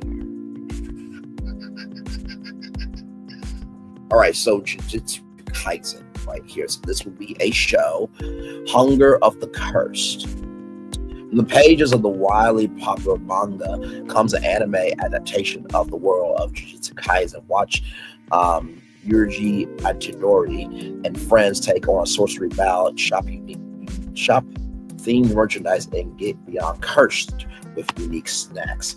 Watch this big screen adventure inside our DreamWorks Theater, Jujutsu Kaisen, Hunger of the Cursed. Follow Yujitsu Akatori as he embarks on a journey from becoming the host of a powerful curse to learning how to fight it and other curses alongside fellow students at the Tokyo Jujutsu High School. So, really go into the world of sorcery and indulge in Jujutsu Kaisen inspired bites. And then, of course, add touch of sorcery to your cosplay subject to cosplay costume guidelines and shop the Jujutsu Kaisen apparel, accessories, and collectibles. So that will be in the DreamWorks Theater, which is right here in the Universal Studios Hollywood upper back lot. All right. I got you, Harry Potter fans. I got you. Wizarding World of Harry Potter. Here we go. Wizards, witches, and muggles unite for an evening of magical experiences. Come and celebrate everything the Wizarding World of Harry Potter has to offer, from attractions to new magical creatures and a stunning new projection show, new themed food, beverages, and merchandise offerings. So right here, experience the wonder of Hogwarts, always a breathtaking show that takes you on a magical journey through a school year at Hogwarts. Enjoy unforgettable music and incredible moments of wizardry, all set against the majestic backdrop of Hogwarts Castle. So it looks like there is a projection mapping on there for sure. That's going to be looking amazing.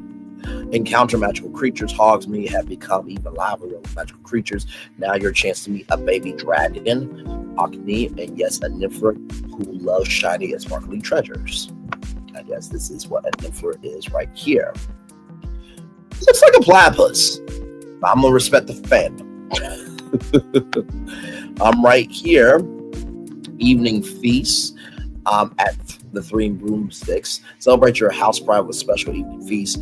Salvate your appetite with a spellbinding 3-course dinner at the three broomsticks. And don't forget to top out for butterbeer. Reservations required. And of course, new merchandise there. Be the first to get the new collector's edition interactive wine exclusive to Euro Studios Hollywood, or the entire collection of Pick Me Puff inspired merch that will enchant any magical creature lovers. So, in order to get that collector's edition interactive wine, you have to go to this. It will not be available at Universal Orlando, although that doesn't mean Universal Fan Fest nights will be happening in Orlando. But it will not be the same one. And of course, it will be happening at the Wizarding World Harry Potter in the Euro Studios Hollywood upper lot. All right, y'all. Super Nintendo World. Yes, indeed. Right here, Universal Fan Nights will mark the debut of fan favorite Yoshi as a new meet and greet character in Super Nintendo World. Search for hidden Yoshi eggs and a fun scavenger hunt, and celebrate with drone moments that will light up the sky. You also have the chance to meet Mario and friends and ride Mario Kart Bowser's Challenge. Now, if y'all can make Yoshi happen, can we meet Bowser in person? Just ask him.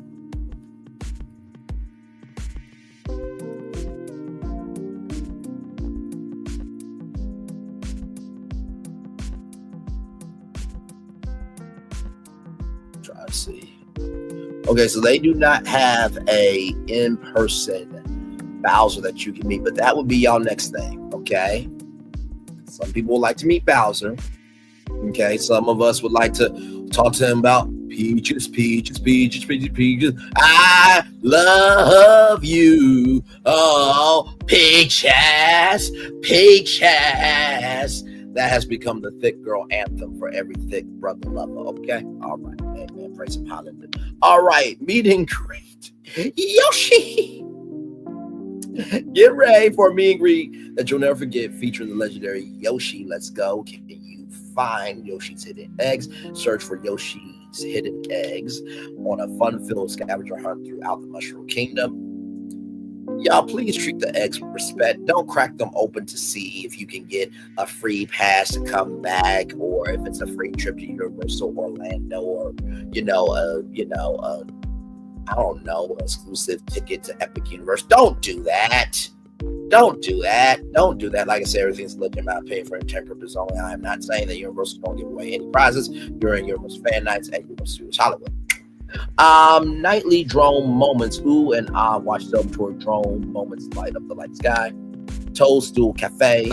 Fill up on Yoshi themed food and specialty beverage to commemorate Yoshi's arrival at Universal Studios Hollywood. Reservations required. Toadstool Cafe is where you can eat Mario food. They have made Mario inspired food there. And then, of course, Yoshi merchandise, new Yoshi wearable merchandise. That's the perfect addition to your Super Nintendo World collection. So that is everything that you need to know. Of course, it'll be right here at Super Nintendo World at Universal Studios Hollywood. So how cool is that there? My virtuous woman, I am about to drive to the store, but I'll be the bushes listening. All right, please drive safely, my friend. Yes, indeed. All right, y'all. All right. So finally, before we take a commercial break, we have been on tour for 1 hour, 38 minutes, and 1 second. I saw this story, and I thought this was very interesting. This comes to us from Brighter Side of News. Scientists discovered the formation of Earth's sixth ocean. Far from being a mere curiosity, the East African Rift could drastically alter the geography of our planet and become the Earth's sixth ocean. Yes, indeed. In the Arctic deserts of Ethiopia, a geological marvel has been quietly unfolding since 2005. A 35-mile long fissure known as the East African Rift. Yes.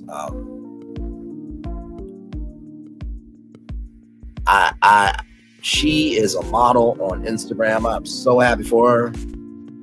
Get your life. Amen. Praise him. Hallelujah. Far be it from a mere curiosity.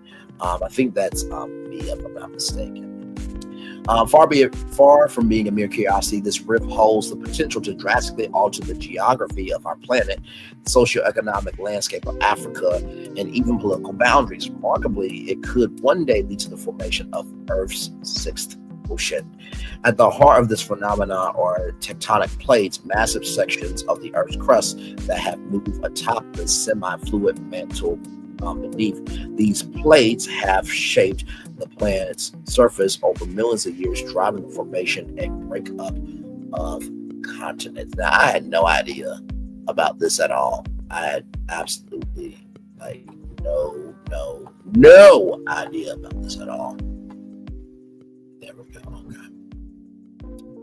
There we go. What makes the East African Rift particularly significant is its scale and implications. The Somalian tectonic plate is gradually pulling away from the Nubian tectonic plate, echoing the dramatic separation of South America and Africa that began hundreds of millions of years ago. This gradual shift is well documented. A study published in the Earth and Planetary Science Letters delves into the dynamics of the tectonic separation, revealing that the plates are moving apart at a rate of just a few millimeters per year. While slow, this process is undeniably transformative. So here it is here. So this is what they're saying here, that this part here and this part here, right, is separated. So this is allegedly the sixth ocean there. So this is what Africa could look like in a million years. So it's like its own island. And right here's Madagascar, if I'm not mistaken.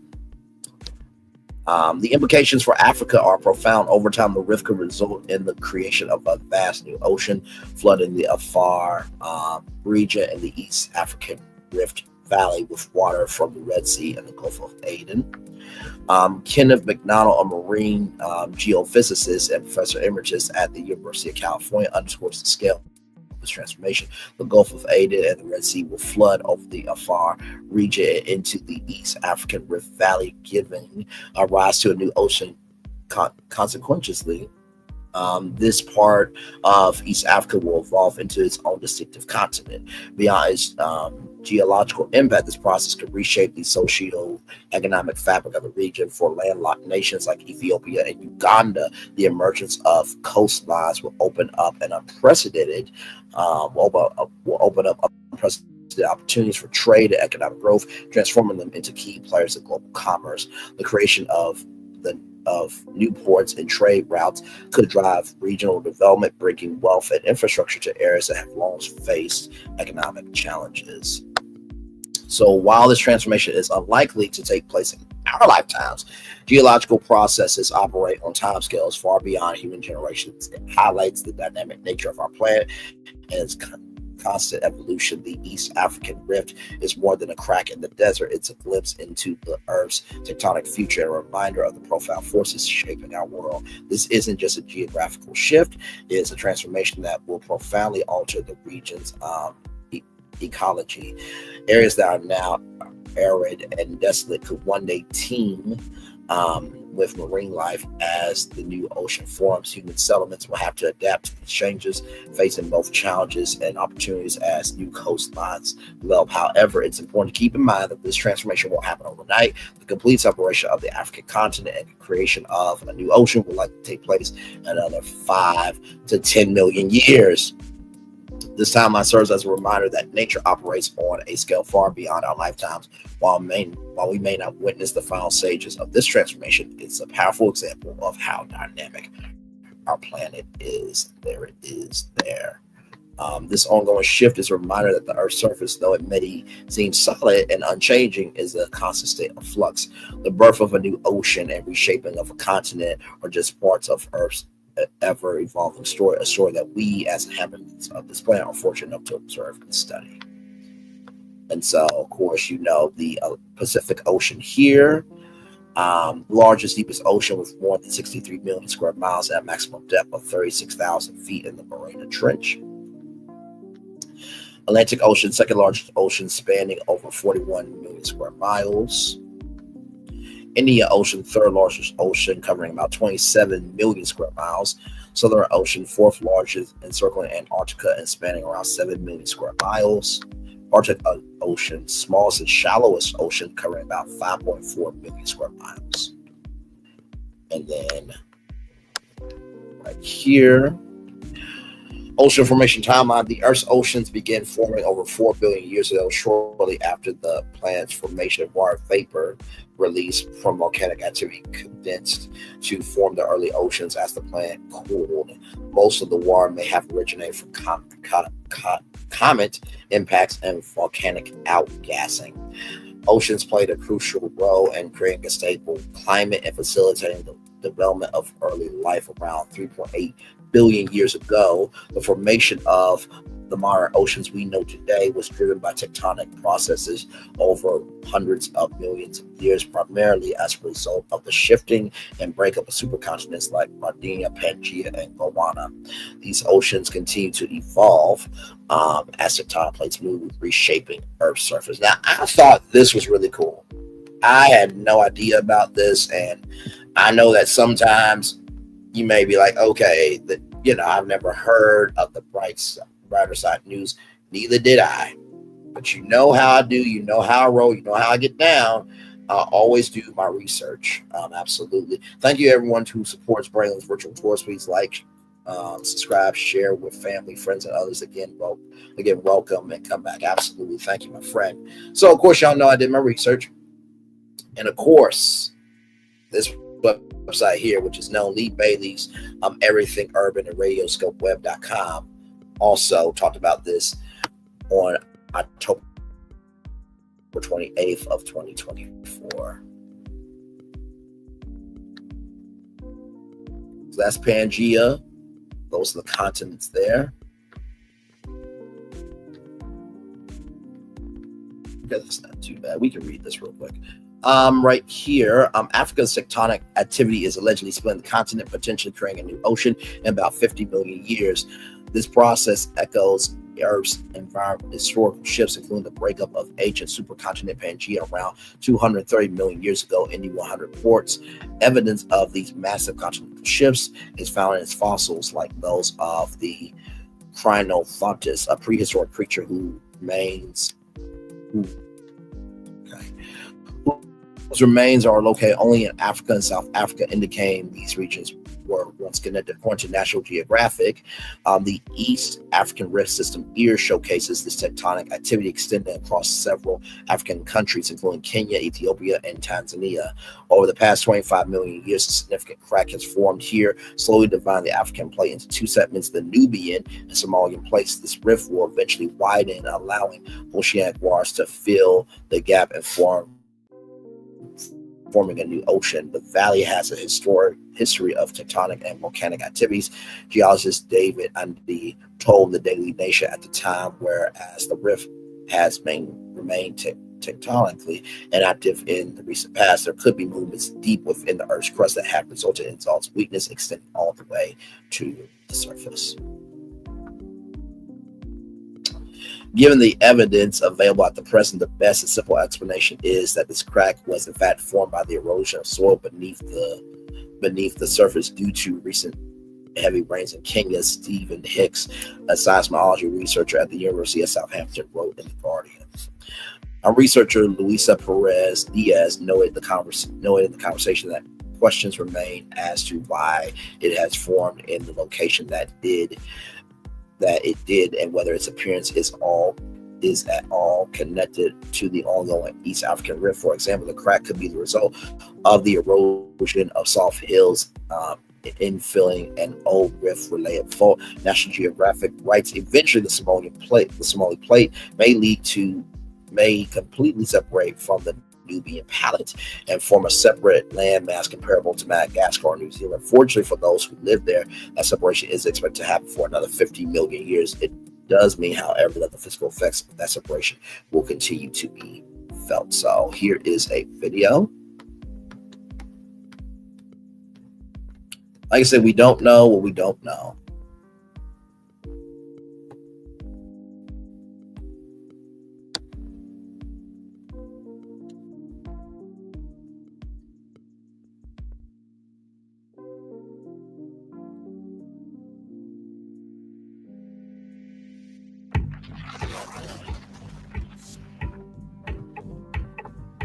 Many years ago, the Earth's continents were originally one big supercontinent surrounded by an even gigantic ocean.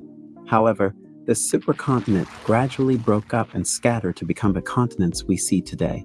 There is now another split that seems to be occurring within the African continent, and surely scientists are paying attention to it. But what exactly does this division mean? Are we in any danger? Or is the world coming to an end as most suggest? Perhaps this occurrence is nothing to worry about. Join us in our video today, which dives deep into answering all these questions and more about the terrifying discovery made by scientists about Africa splitting into two. Be sure to give the video a like, leave a comment, and subscribe for more exciting videos. Recently, a massive crack in the Kenya Rift Valley caused a stir in the international media. Many reputable experts and scientists have actively worked to understand the cause of this odd and enigmatic fissure, which seems to have emerged overnight. Though it might sound frightening to many, this occurrence is not new, but it is unusual. In southwest Kenya, an enormous fracture that covered several kilometers developed out of nowhere. The Nairobi-Narok roadway recently collapsed due to the crack, which is still expanding. The East African Rift's tectonic activity was linked with the crack's early stages. Gullies formed by erosion are one theory for why this happened.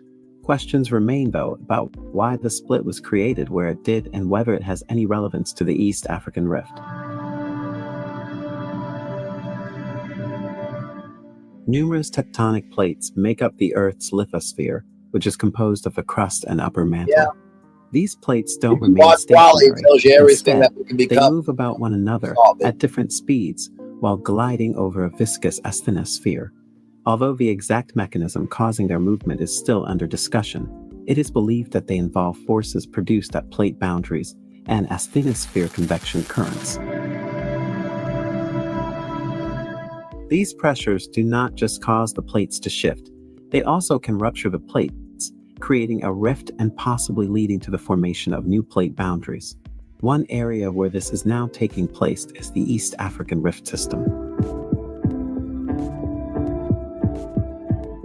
The East African Rift Valley stretches over 3,000 kilometers from the Gulf of Aden in the north towards Zimbabwe in the south, splitting the African plate into two unequal parts that comprise the Somali and Nubian plates. Activity along the eastern branch of the Rift Valley, running along Ethiopia, Kenya, and Tanzania, became evident when the large crack suddenly appeared in southwestern Kenya. No joke, I had no idea about it. A 66-foot wide chasm may have formed as a result of a bigger rifting system, but it is possible that the area's recent high rains exposed the fracture and caused it to suddenly develop. A large area of volcanism, seismic activity, ground uplift, subsidence, and the development of fissures and cracks are all caused by the surface expression of the rifting. But what exactly causes rifting? A rift is caused when the lithosphere is subject to horizontal extensional pressure, thus becoming thin. It will eventually break, creating a rift valley in the process. Volcanism and seismic activity are surface indications of this process that can be seen along the Rift Valley. If this happens, rifts, which are the first step of a continental breakup, can result in the formation of a new ocean basin. The South Atlantic Ocean, which formed as a result of the separation of South America and Africa around 138 million years ago, is an example of a location on Earth where this has occurred. Yeah. Extensional forces that are strong enough to split the lithosphere are necessary for continental rifting. The East African Rift is considered an active kind of rift, where the circulation of the underlying mantle is the source of these stresses. The lithosphere beneath this rift is being lifted higher by the formation of a sizable mantle plume, causing it to weaken due to the rise in temperature, strain, and break by faulting.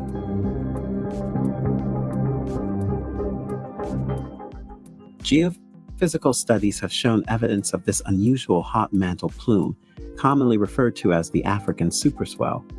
This super plume has been widely used to explain the anomalously high topography of the southern and eastern African plateaus. Additionally, The superplume is widely accepted as a source of the pull-apart forces causing the formation of the Rift Valley. It's almost like a cinder pull The apart. topography of rifts is particularly distinctive, consisting of several depressions bounded by faults and surrounded by higher ground. From space, it is possible to discern the East African system as a collection of aligned rift valleys That's what the divided size from one another by sizable bounding faults. Not all of these cracks developed simultaneously, but rather in a series that moved southern into Zimbabwe at a mean rate of between 2.5 and 5 centimeters per year, beginning in the Afar region of northern Ethiopia about 30 million years ago.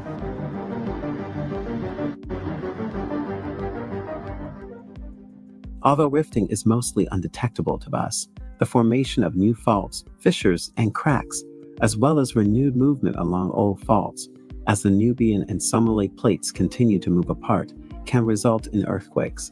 However, in East Africa, the majority of this seismicity is of very moderate size and is dispersed across a large area over the Rift Valley.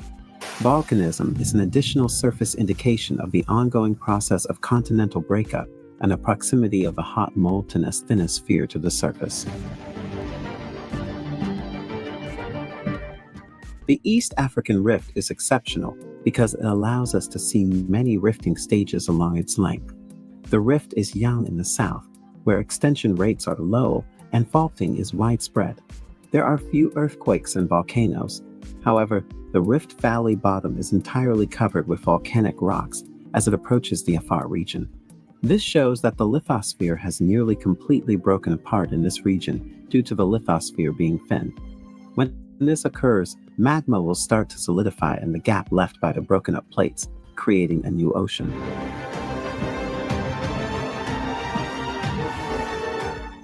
Over millions of years, a tiny shallow sea will start to separate the eastern edge of Africa from the rest of the continent.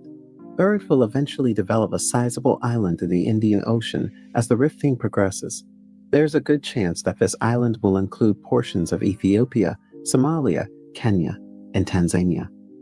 Scientists have been aware of the rifting in Africa for a while, but the exact cause has been difficult to determine. Wait for people welcome in. That's here. The Earth is an ever-changing planet, even though in some respects change might be almost unnoticeable to us. Plate tectonics, or the East African rifting, is a good example of this. The rifting is a very slow process that most of the time goes about splitting Africa without anybody even noticing. While this sounds frightening, the timeline for that is extremely long-term. Thankfully, scientists estimate that the rifting process in Africa will take tens of millions of years as the crust begins to thin and sink, and a small seaway begins to intrude the rift zone and eventually form a huge ocean separating the continent into two. So if you're already in shock, hold your breath, since none of us or our children's generation will be around to experience this spectacular occurrence. If you enjoyed this video, watch also the next video on your screen, which looks into how rivers were built in Libya right under the Sahara. Be sure to leave a comment, give the video a like, and subscribe for more exciting future videos.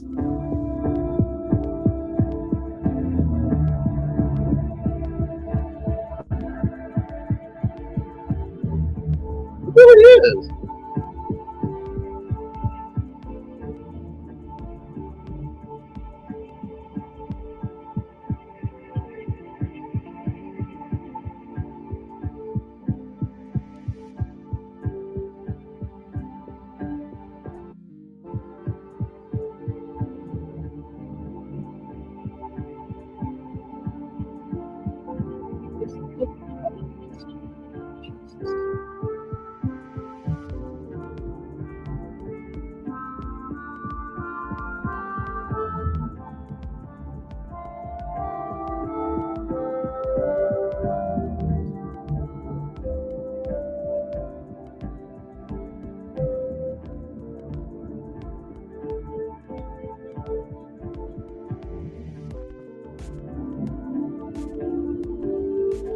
Well, thank you to the new Africa channel. Well done, visually. Well done, well done, well done.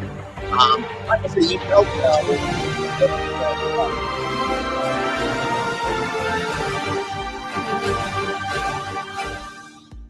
Like I say, you don't know what you don't know. And believe me, I know that sometimes if you are a new person to Virtual Tour Live, you're like, what's the point of Virtual Tour Live? It is to take you to the hottest destinations that the majority of the culture is talking about, but also to talk about what the minority of the culture is talking about behind the scenes. And this is something that the minority of the culture is talking about. I had no idea that this needed to matter to the majority or the middle of the culture. So I really do appreciate that we are able to have that range.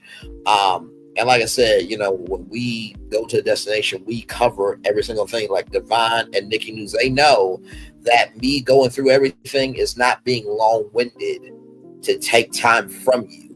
It is to give you something that is valuable to the time that you're giving to me.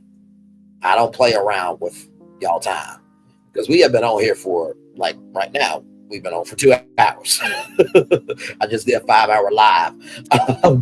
Oh, sorry, 6-hour live. We just did 6-hour live. So believe me, for all the 2-3 hour lives that you may feel, oh my God, okay, this is a lot of information.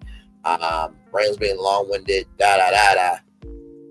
Right now we're at 2,860 subscribers. Because for one, I know how to hold my own on a live. Number two, I was factual with everything that happened in that live. Also, number three, we've built up a foundation that has allowed us to be able to move about the world in a way where, guess what? Everybody else, they got to go back to what they do, because that's all they can do. Meanwhile, it's a whole new show.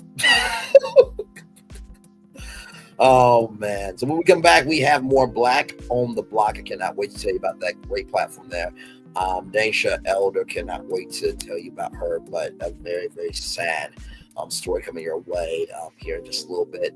Dajua Blanding, wait to hear about her and Lyft. And then, of course, we will talk about Melody, her leaving Love and Marriage Huntsville. For those of you who were not there this morning during our 6-hour live stream, Really, it was a sleepover. I was here, you were there, we were all together. I'm gonna recap it for you the best way that I can, you can, and that we can together. Like, comment, share, subscribe. We are live on tour. We'll be back right after this. We'll roll it.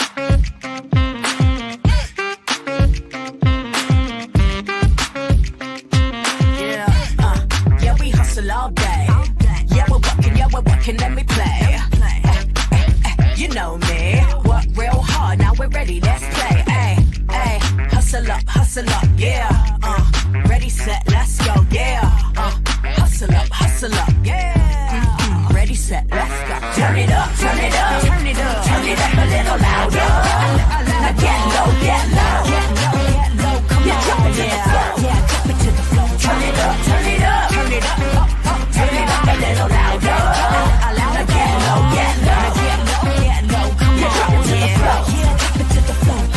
turn it up, turn it up, turn it up, turn it up a little louder. Now get low, come on, drop it to the floor. Turn it up, turn it up, turn it up, turn it up a little louder.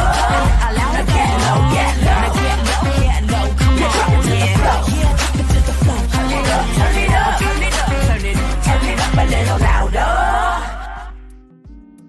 For Ramirez, Wingstop's triple meal deal. 6 classics, 6 boneless, and 2 tenders with 2 dips and a large fry for just $17.99. Get yours delivered today at Wingstop, where flavor gets its wings. For Ramirez, welcome to Copeland's. Copeland's is not just some fancy place for your big night out. In fact, there's no occasion too big, or if you like, too small. Copeland's, there's always something good. Welcome to Copeland's.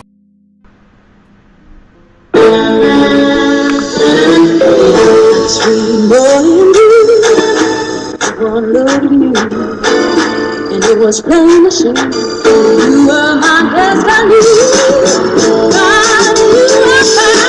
I come from nothing. Our son is your son. Welcome to the celebration.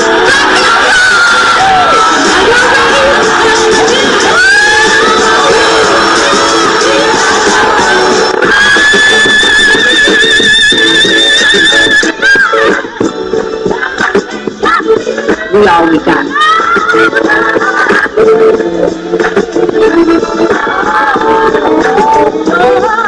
I'm through that. Don't you leave here to go for happiness. I want you to leave here to show.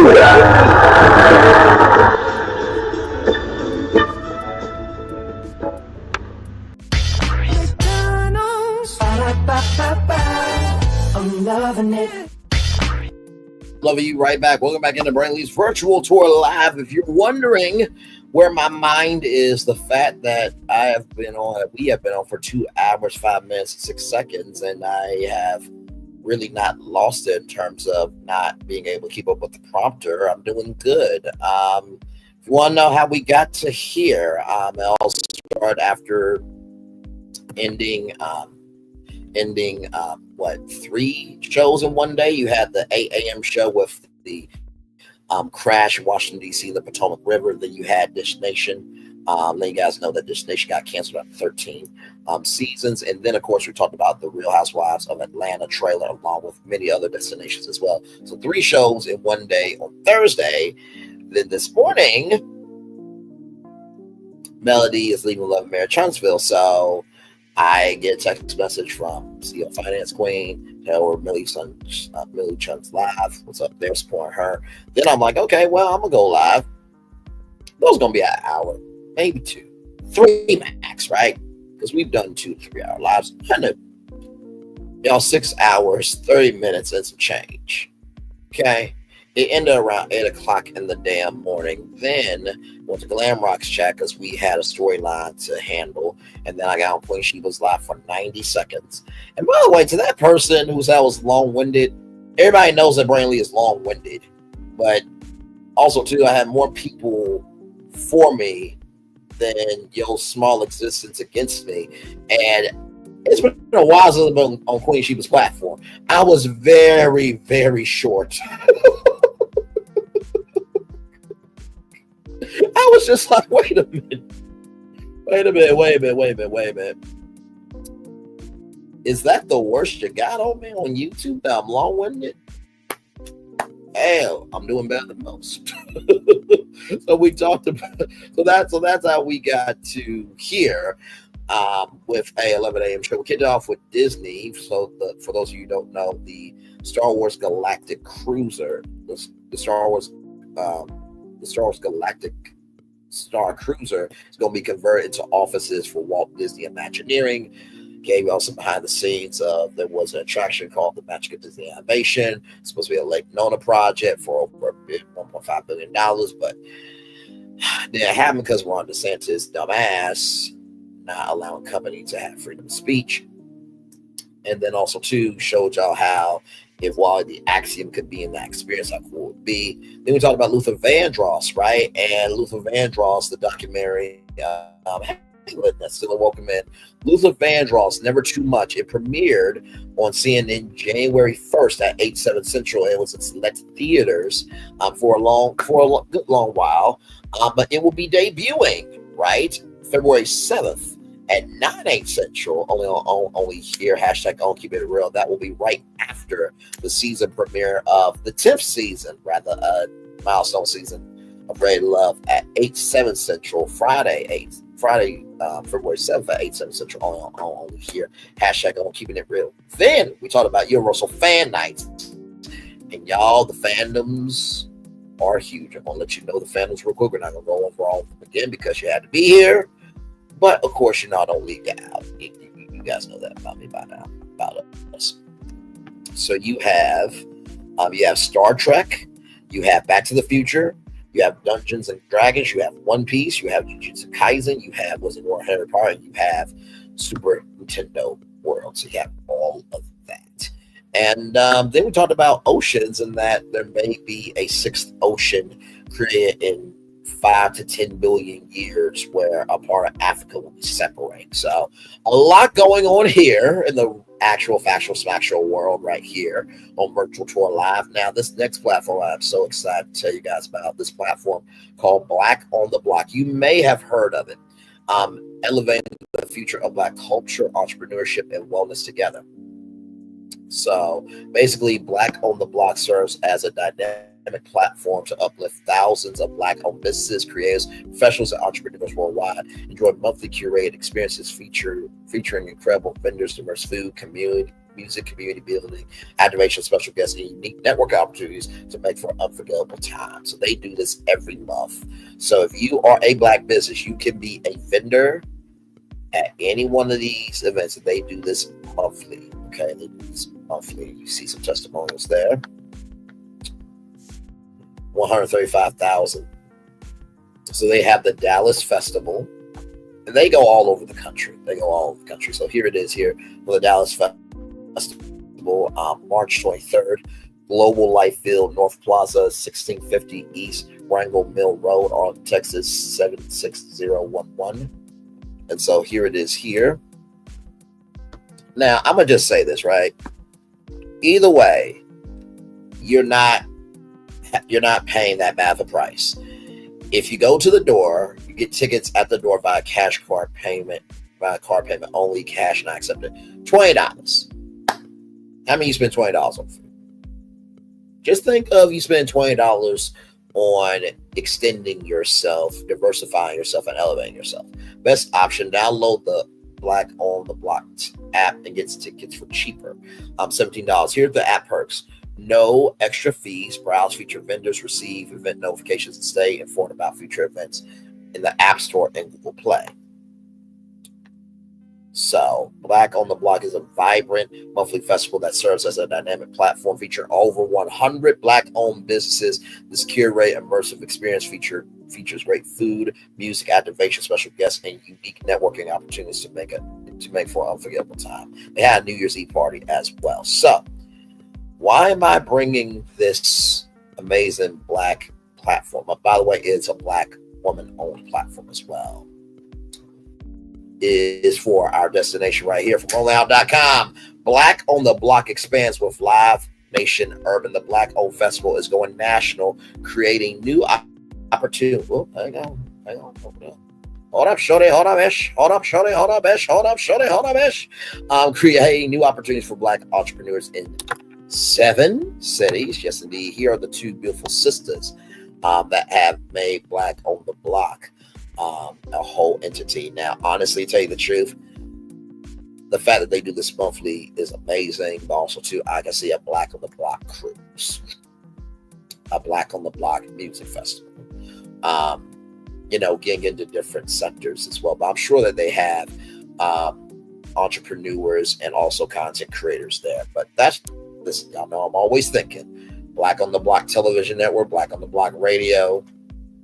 Hell, they already got a Black on the Block app, Black on the Block news. Just saying. They have a YouTube channel. Let me see something. I think they have a YouTube channel. Black on the Block. Yep. I'll look them up before.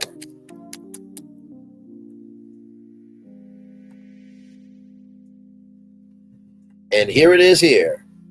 9 subscribers. And look who that is. Oh, hang on. Let me flip it reverse rewind it back. Look who that is. What's up, y'all? It's your girl, Kiki Palmer, telling you to come join me and Key TV for Black on the Block this Sunday, June 16th. That's right, y'all. Key TV is hosting a spades tournament with real prizes. We also going to be getting into some music. I mean, we've got even a fast pass lane so you can go ahead and get into Black on the Block faster. Make sure y'all get that VIP ticket. It's going to be a blast. So go head over to @Key TV Network and @BlackX on the Block so you can get all the information you need. Make sure y'all can play. Joker, deuce, y'all. I can't play spades. Uno is my game, okay? Listen, and I think we should be loving, kind, and gracious to Black people, okay? Because not everybody grew up, in that type of household. So listen, okay? Spades does not define you as a Black person.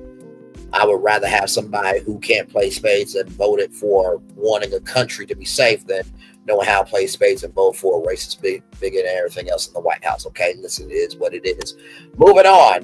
The Black-owned vendor festival, Black on the Block, is expanded nationwide through a partnership with Live Nation Urban, founded by Sisters Lane and Char Edwards in Los Angeles. The festival marketplace celebrates culture and community across 7 major cities.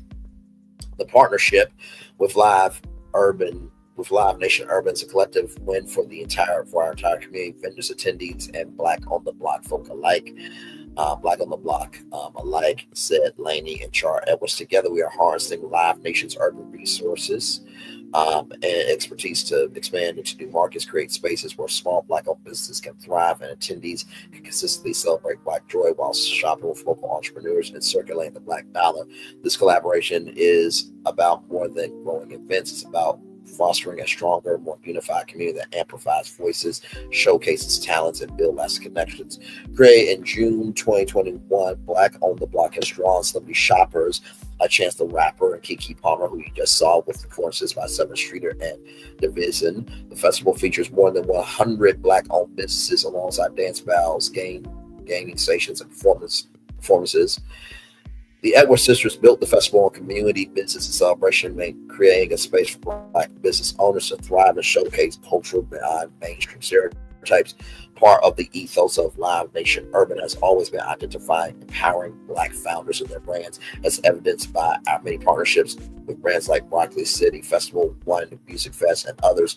Said Sean Gee, president of Live Nation Urban. Lane and Shar have built a phenomenal purpose-driven brand that holds a unique place in the live event ecosystem that have been able to use live events to build true economic opportunity for so many small businesses, while at the same time providing a fun, uplifting environment for their community. Our goal is to pour into them and allowing the world to benefit from their vision. The tour begins March 23rd, 2025 at Global Life Field in Arlington, Texas, which you just saw, with stops in Atlanta, Houston, and Detroit. It returns to Los Angeles for a Juneteenth celebration. So here are the markets right here: Arlington, Texas, Atlanta, Georgia, Houston, Texas, Los Angeles, Juneteenth Festival, Detroit, Michigan, Washington, D.C., and Charlotte, North Carolina. First of all, congratulations to both of you beautiful women there. You know, that's why I really don't worry about the world too much, y'all, because if the world was hell, I wouldn't be able to do this show. But because we have unity in our community to know that we can be more than what people say about us, we're going to be just fine. We're going to be just fine. We're going to be just fine. So yes, indeed. So, and shout out to Live Nation Urban for investing in this business here. So this is, like I said, this is their Instagram page. And like I said here, they had,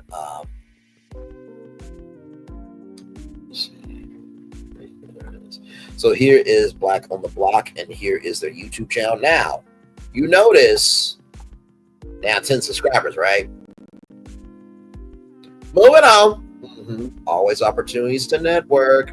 Yes, indeed. All right, more Virtual Tour Live coming at you right from the space right here and right now. Daisha Elder, I'm very, very sad to bring you this destination from blacknews.com.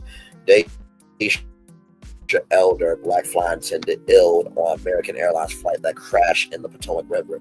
Daisha Elder is the name of the African-American flight attendant. And by the way, she is stunning. Absolutely stunning. Oh Lord. Daisha Elder is the name of the African-American flight attendant on the American Airlines flight that was landing at Reagan National Airport when it tragically crashed into a Black Hawk military helicopter. She is from Charlotte, North Carolina, leaves behind her husband and 2 children, Caden and Dallas. Oh.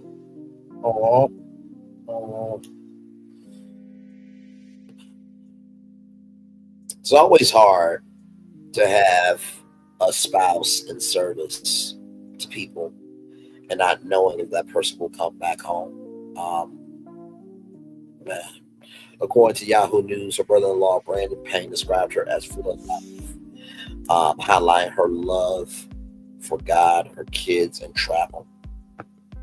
The other flight attendant has been identified as 52-year-old Ian Epstein, who was from the Charlotte area, who was also from the Charlotte area. Sadly, the entire crew was among the 67 passengers. Ill as the flight was coming from Wichita, Kansas, made its final approach for landing.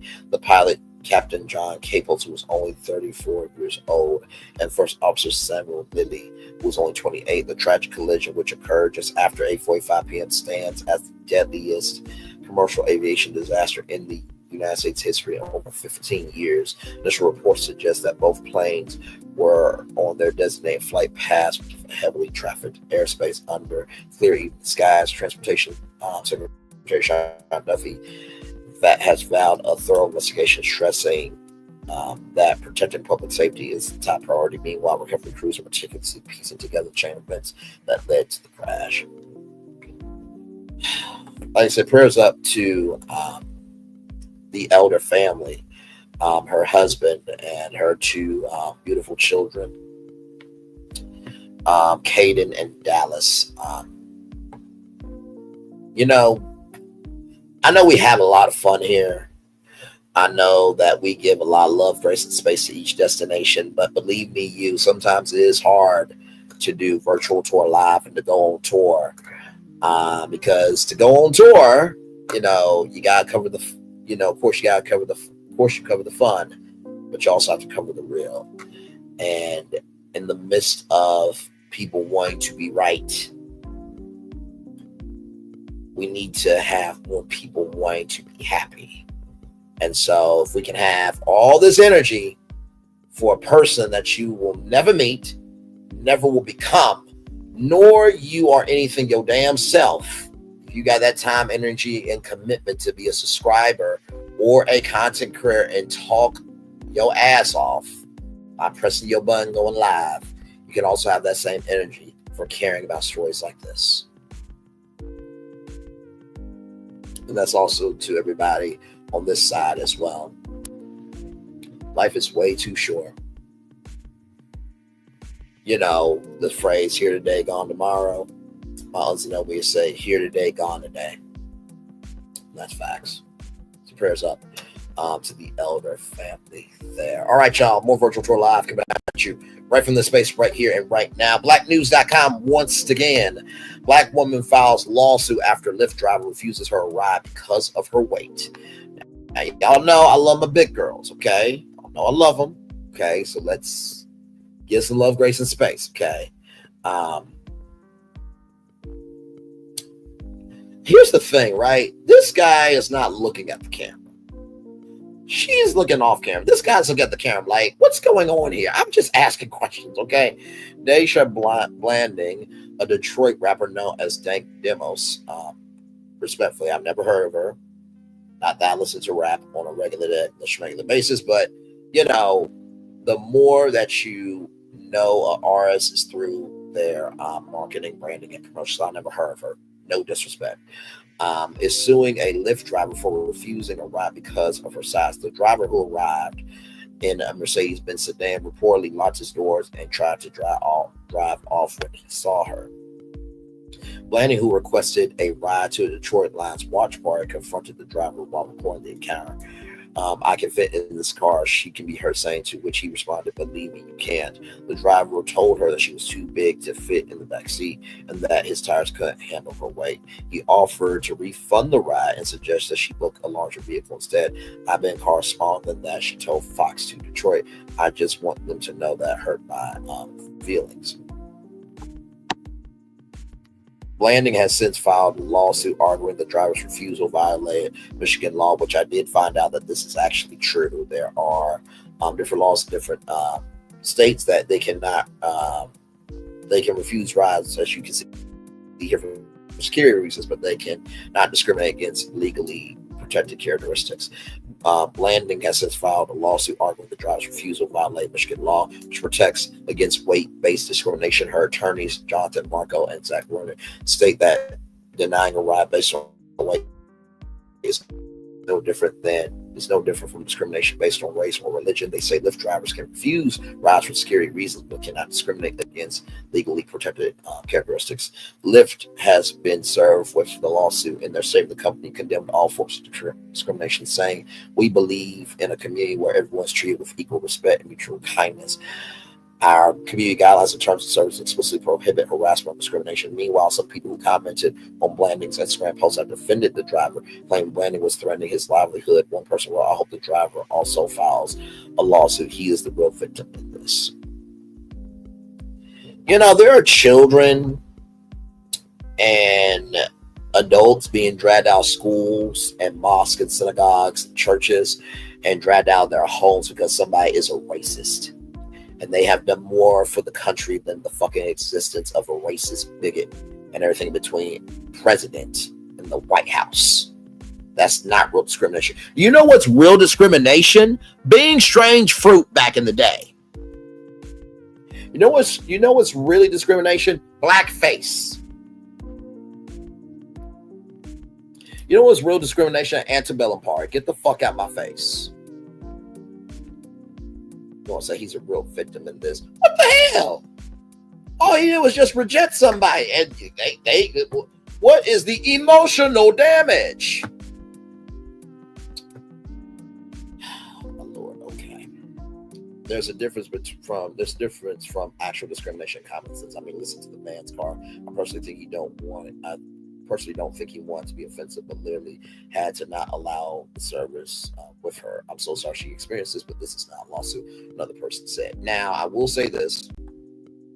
When you get Lyft or Uber, there is Lyft or Uber, then there's Lyft XL or Uber XL. That is a bigger car. Now, if that's not available, then, you got to take what you can get, right? So, with that being said, let's look at this video here, get a little more context.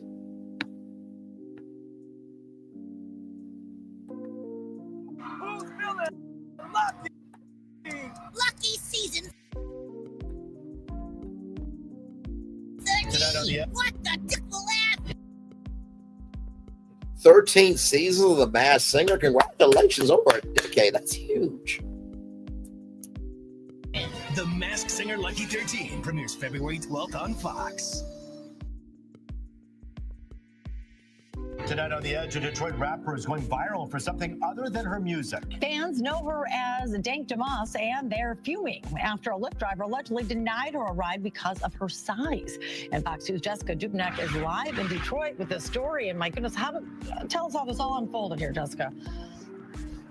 Well, it all unfolded on video. Dajua Blanding whipped out her phone when this all happened. Now, the Lyft driver, he was kind enough and apologetic, but refused her a ride and said that she would not fit and that her weight couldn't be handled by his tires.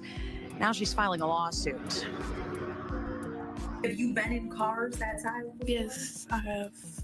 I've been in cars smarter than that, Dajua Blanding tells us she was just trying to get to a Detroit Lions watch party this month when her Lyft rolled up. As I'm walking, I see him making faces or whatever. I'm like, oh man. She already knew. I can fit in this car. No, believe me, it's Yes, I can. Believe me. He told her there's not enough room in his car. The kicker part was when he started to talk about his tires. I feel like that was a slap in the face. That was like my tires, The driver said his tires could not handle her weight. Every big person you turn down because they can't fit in your car? Yeah, because they need to order the Uber XL. You know what? I don't never have to order an Uber XL. He apologized, canceled the ride, and left her there. The rapper says she's pretty tough. Demise, as she's known at the mic, is crushed by the whole situation. I just want them to know, it really hurt my feelings. It looks like a Lyft might be hurting pretty soon, too. I knew it was illegal, and I knew that it was wrong. Her attorneys, John Marco and Zach Runyon, say weight is a protected characteristic in Michigan by law. It would be no different than a driver pulling up and saying, I don't want to have black people in my car, or I don't want to have Christians in my car, or Muslims in my car. It's the same. Under the law, it's the same. The lawsuit is filed. Since she posted the encounter on social media, other full-figured folks have reached out saying the same thing happened to them. I can fit in this car. No, believe me, it's Yes, I can. I really want people to see what we go through as bigger people, We did reach out to Lyft. They did not get back with us in time for this story. Now, Lyft, Uber, those rideshare companies, they can refuse passengers based on a perceived security threat. But according to Dajua's attorneys, you cannot discriminate based on someone's weight. It's very clear in that cell phone video. That is why he denied her ride. reporting live on Detroit's west side. Jessica Dupnack on The Edge. And because these Lyft drivers, they're their own personal rides, I mean, they turn people away, but they have some discretion, you're saying, but when it comes to some of these protected liberties, no. That is what the attorneys are saying, and they said they had enough to file suit. They have filed that lawsuit, and Lyft has been served, but we will see what happens. We'll stay in touch with Dajua. Yeah, it's interesting because you said so many people came forward after this, so clearly it's an issue out there right now. Thanks, Jessica. So, like I said, I think, and I have seen this, right? Not in person, but obviously, you know, airlines, for example, you know, you have to get 2 seats and things of that energy. I do believe nobody has the right to be discriminated unless you are a danger to society, a racist, a bigot, anything in between, a nuisance, or just really a tattered individual. He was kind, offered to refund the ride. The tires can be insensitive also too. You know, I know what everybody's going to say, well, why does she go on 600-pound life? You know, bigger people, and that goes for men and women, sometimes they have medical conditions where they can't lose the weight. They don't wake up wanting to do that. They learn to embrace their identity. So, yes, indeed. So, thought that was quite an interesting story. I talked about that with the Onyx collab and thought, hey, might as well talk about it with all of you. And finally, everybody, I know, those eyes are very distinctive eyes. Yes, indeed. I mean, literally, she's like poking like on the hinge of my laptop. Like, you know, I got a eye level with her. Hey, Mel. I'm joking. From It's Only Entertainment, Melody Cherie announces departure from Love and Marriage Huntsville after 9 seasons. After captivating fans for 9 seasons. I thought this was season 7, but whatever.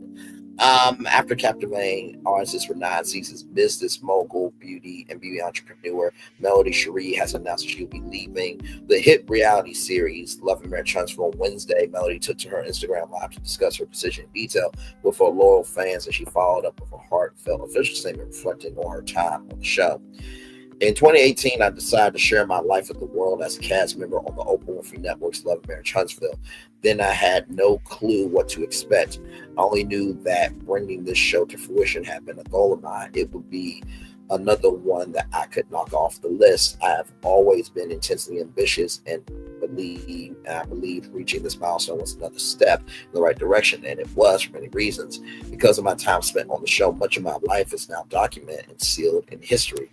Because I've been presented, in sealed in history, I've been presented with opportunities beyond my dreams. I've had the pleasure of meeting some amazing people while unfortunately also learning tough lessons about life, relationships, and friendships. I count all a blessing because without pressure, there is no diamond. It's not easy bearing some of your darkest moments to the world, but it becomes easier when you know you were created to withstand the heat. Still, this chapter must come to a close, and this is the end of my chapter with Love and Marriage Huntsville. I'm thankful for the support of those who have shown me grace, love, loyalty, and love. None of it has gone unnoticed. It will never be forgotten. I'm excited for my next chapter, for what is to come. God bless. Love, your 2024 reality TV queen. You know, there was a content creator that said you could have just signed your name. You know, you could have made that song called Leave Me Alone and then left people alone, but you didn't do what you should have done. So why are you telling a grown-ass woman what she should do? Just a thought. Like I said, I knew that Melody was leaving. I'm not going to say how I knew, but y'all know that I am clutch for honoring, revering, and respecting my commitments when I make them to people. I'm not saying shit. Not that I'm not willing to say it, but when you give a damn about your integrity, you give a damn about your movement of integrity. Truly, like I said before, when this show ends, is going to prove who is a real content creator, who is not a real content creator. I will stand on business saying that. My 5 statements. By the time season 7 comes on TV, it's going to be season 8 on YouTube. Or if you want to flip it, reverse it, everything in between, because literally they said it was season 6 last season. So this is season 7. I remember because I did season 6 videos. But anyway, whether it's season 6 on TV, it's going to be, whether it's season 7 on TV, it's going to be season 8 on YouTube, or season 9 on TV, it's going to be season 10 on YouTube. That's the first thing. There's something coming down the line that ain't nobody knowing about. Social media and the show are about to clash in a way that we've never seen. That season poster looked like a final season poster, and all will be revealed. It's not chosen by accident.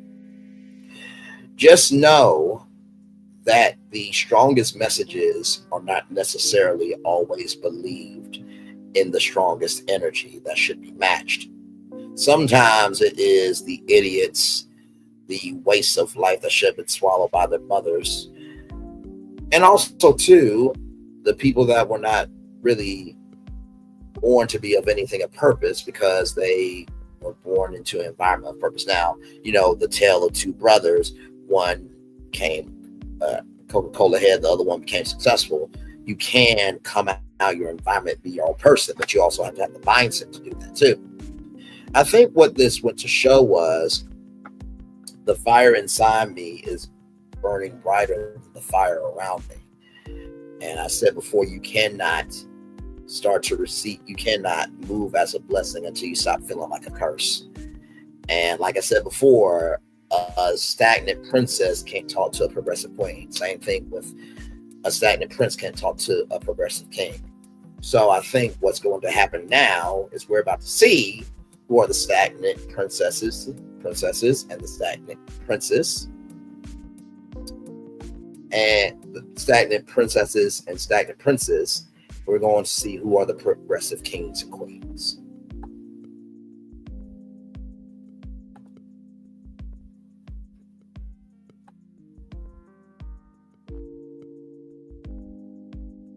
Okay, all good.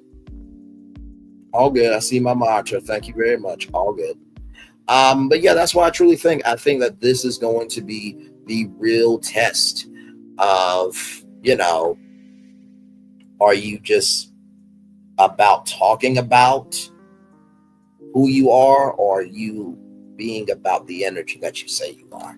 Because anybody can do anything. It takes a somebody to do something, right? So that's my take on that, y'all. We have been on tour for 2 hours, 36 minutes, and 50 seconds there. Woo! What a show this morning / afternoon. Jesus, the fact that we got through all of that.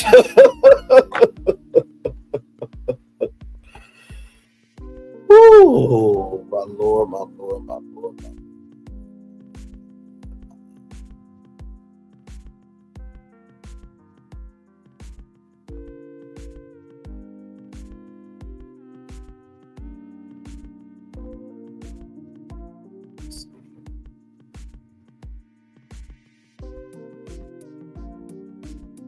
So, in terms of a positive news story here,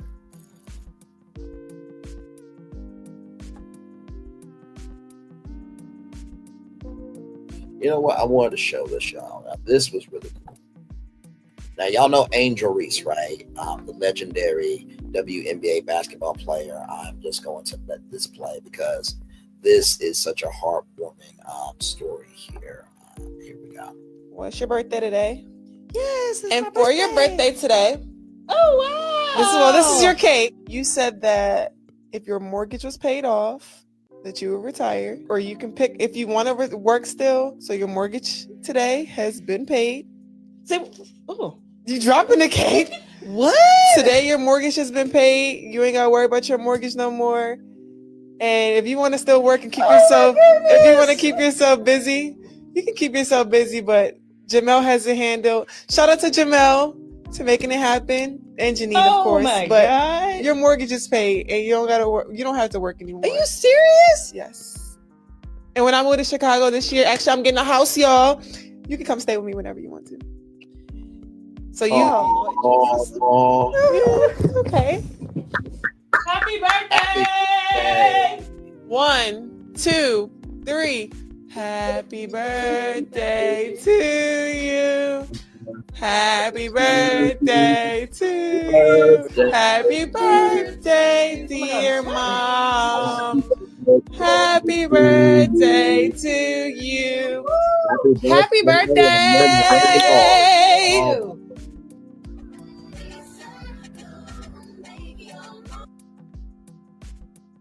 That was beautiful. That was beautiful. By the way, I also wanted to mention too, Michael Strahan. As you guys know, his daughter Isabella. They have a new. They have a TV event that's happening. It is a trailer for this documentary came out, and let's see here. I'm trying to see. So, Life Interrupted, Isabella Strahan's fight to beat cancer arrives on ABC February 5th. It will be available on Hulu, Disney Plus, and Hulu the following day. As you all know, we followed Isabella Strahan's journey from the time that she said right there with Robin Roberts and her dad, all the way back, to where she is now. So the co-anchor showing support to their good friend, brother, and everything in between, Michael Strahan. So, y'all, that's our show. That's our show. This was a very good Friday for this show. And I know that some people are going to be like, oh my God, you got 2,860 subscribers, but you didn't have a big audience. Here's the gag. At the beginning, middle, end of the day, if you're worried about your subscriber count and your viewers, which you should be, worried about that. You should care about that because that creates traction. Traction creates motion. However, if you don't have quality in your content and you're not being embraced, all that shit doesn't matter. The fact that we have been able to go for 2 hours, 41 minutes, and 43 seconds on 8 destinations of original digital content, being in peace, being in love, and giving some soul. And you see, ain't nobody over here out of their mind because we have peace in our mind. Yeah, I'd rather have one person be in peace than to be seen by everybody and be tattered. I'm going to turn on my camera now because we've done the whole show for not an hour, over 2 hours.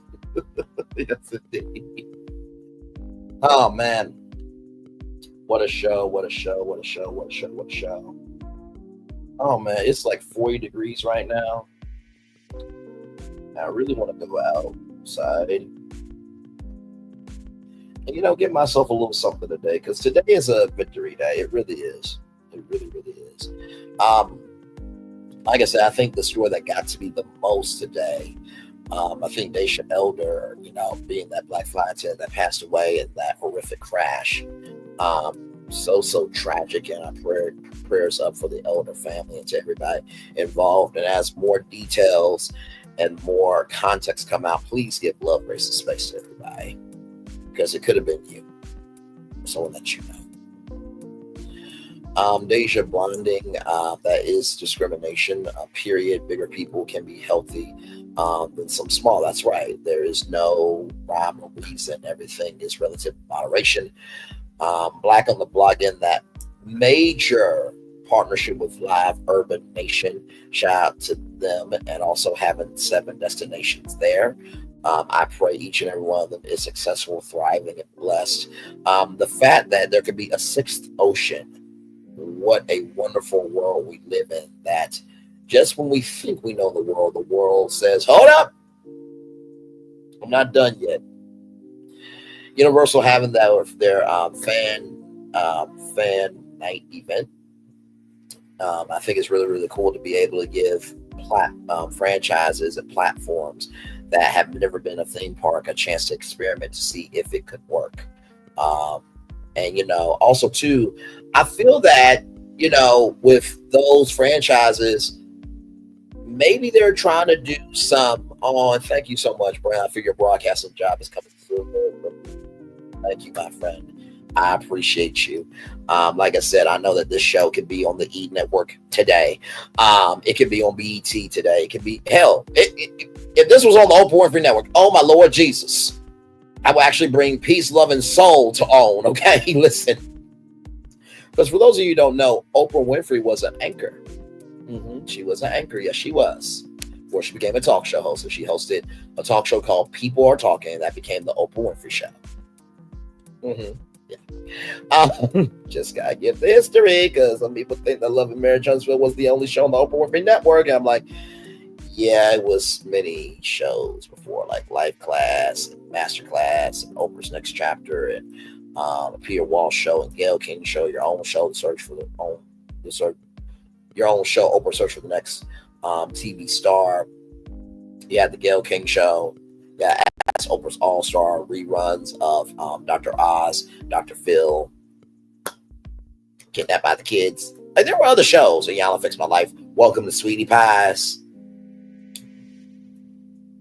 But hey, listen. Y'all got it. You got it, and you got it. Speaking of the Oprah Winfrey Network, Luther Vandross, Never Too Much, the documentary will be premiering February 7th at 9/8 Central with a special introduction from Oprah Winfrey herself, talking about the legacy of Luther Vandross. That will come right after the 10th milestone season premiere of Ready to Love, coming on at 7 Central, only here, #own, keeping it real. And then Disney, turn the Star Wars Galactic Star Cruiser into offices. That's the best you can do? Okay, I guess. You notice how it's not growing to a gradual fast clap, because that means you have earned it. Disney, you haven't earned it.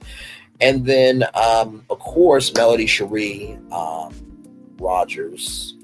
Melody Cherie Rogers Lee, Melody Cherie Lee, Melody Lee, Miss Lee, if you're nasty. By the way, all those additions with Lee were just jokes, okay? Don't go running around on your channels just because you have no content to create, because there's no creativity in you, because there is nothing energy-wise that you are investing into yourself in your real life. So you come a virtual reality to be a somebody, when in real life you're a nobody. Please don't run around and say that shit, okay? The fact that she left, this is really going to determine, like I said, who is going to be a part of their own rise and who's going to be a part of their own demise. With that being said, thank you, Divine Virtuous Woman 0. Thank you, Nikki News on narcissism as well. Hopefully you made to your destination safe and sound. Thank you to Latrice as well. Thank you to Roblox Player as well. And of course, I think Lynette Stiller came through. Yes, she did. Lynette Stiller came through as well. Commercial break and fireworks are coming your way for the day that is happening right now. I'm going to get up and get dressed. I think I'm gonna go out. Let's just have me a little bit of time. So stay tuned to the channel. Just keep it a buck. Stay tuned to the channel. Because like I said, you should get married to medicine tonight, 6 o'clock. I know that dropping extra sassy tea talk will be happening at 7 p.m. I'll try my best not to go against that. Hopefully all I gotta do is just walk or ride downtown, get some stuff, come back, and then I will do the show 6 o'clock, and then I will do a bonus show for you all tonight at 8:30. Because we still got a lot of celebrating to do, because it's a good day.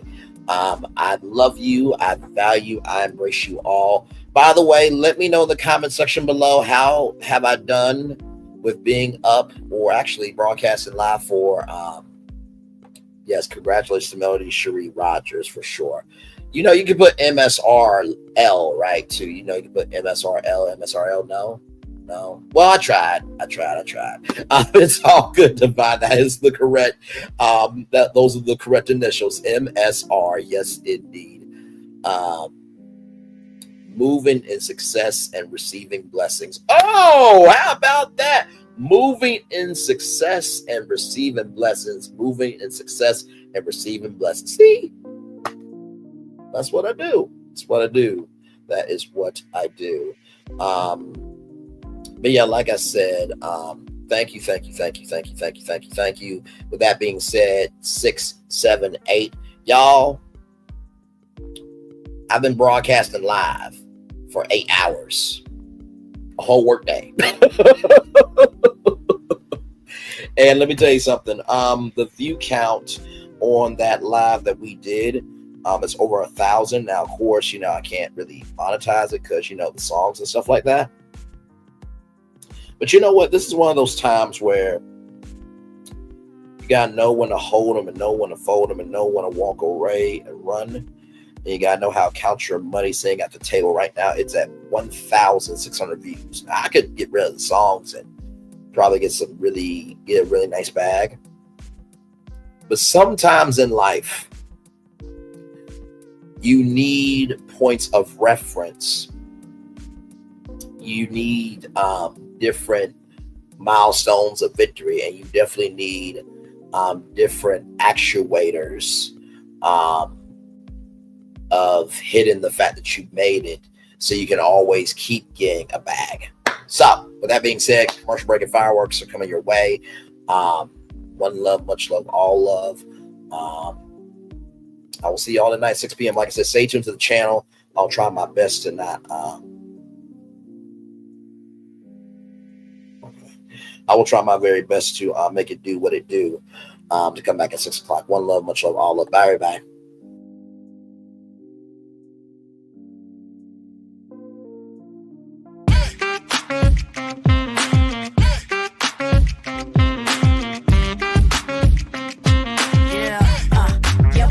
All day. Yeah, we're working, let me play. You know me, work real hard, now we're ready, let's play. Ay, hustle up, yeah. Ready, set, let's go, yeah. Hustle up, yeah. Ready, set, let's go. Turn it up, turn it up a little louder. Now get low, come on, drop it to the floor. Yeah, drop it to the floor. Turn it up, turn it up a little louder. Now get low, come on, drop it to the floor. Yeah, drop it to the floor. Turn it up a little louder. Now get low, come on, drop it to the floor. Yeah, drop it to the floor. Turn it up a little louder. Now get low, come on, drop it to the floor. Yeah, drop it to the floor. Turn it up a little louder.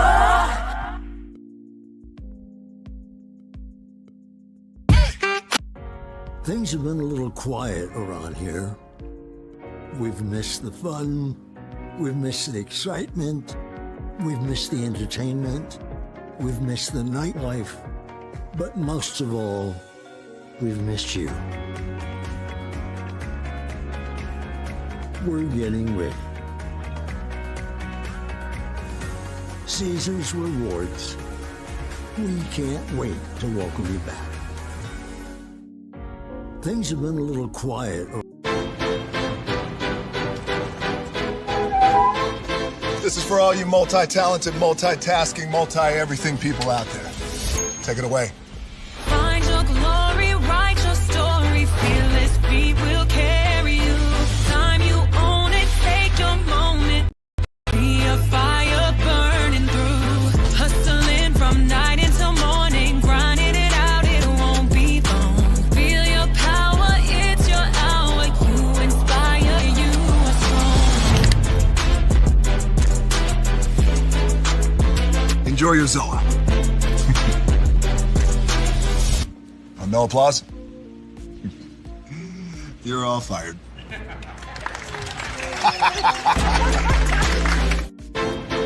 Now that you've reached the stage in your life where quality television is important, Nubian TV is a black network that speaks to your lifestyle. Nubian TV is the world's first digital network devoted to the upscale and political lifestyles of black people. Nubian TV's programming includes politics, travel, fashion, food, automotive, arts and culture, civil rights, music, and more. Watch now on Amazon Fire TV, Roku, or watch globally at nubiantv.net. Nubian TV, it's what you want to watch.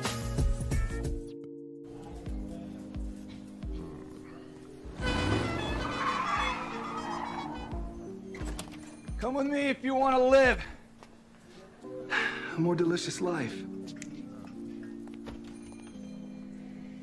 Oh, maybe we should get in the van.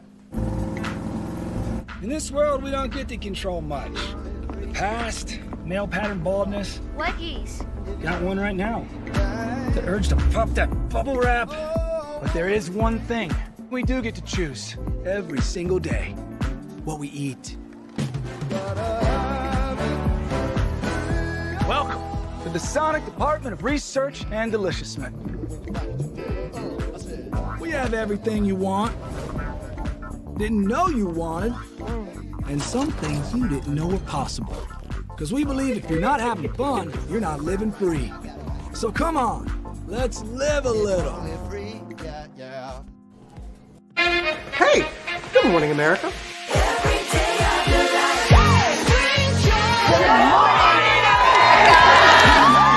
Good morning, America. Good morning, America. Good morning, America. Money! Are you ready? They are ready. Covering the biggest events in the country right now. There's a lot going on here. It's always a good time. That's what the show's about. That's good. Really good. Very good. Coming in hot, Jimmy, coming in hot. It's far from elementary. Oh. Good morning, America. I'm not going to try to strut like Michael or anything. I haven't known George a long, long time. Have you ever gotten him to dance? Sure. Look at that face. You don't just see it, you feel it. I'm in. I'm in. I'm in too. I'll be there. I am here and so happy. I'm in. I'm in too. I'm in. That tells you something when Snoop Dogg's in. Michael, George, Lara, Ginger. Open your eyes. Think of the one place you've always wanted to see.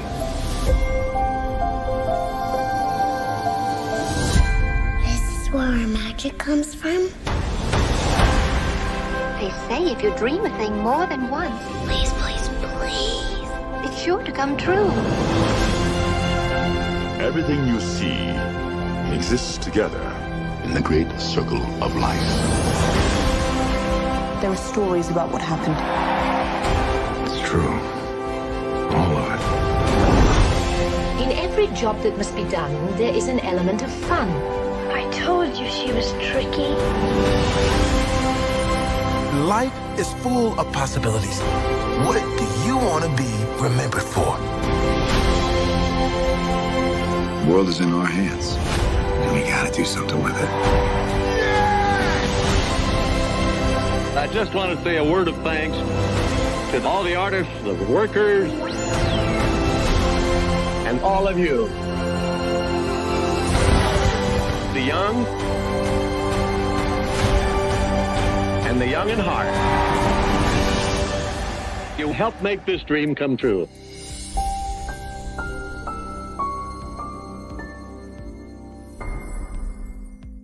I thought I should tell you they've been talking about you.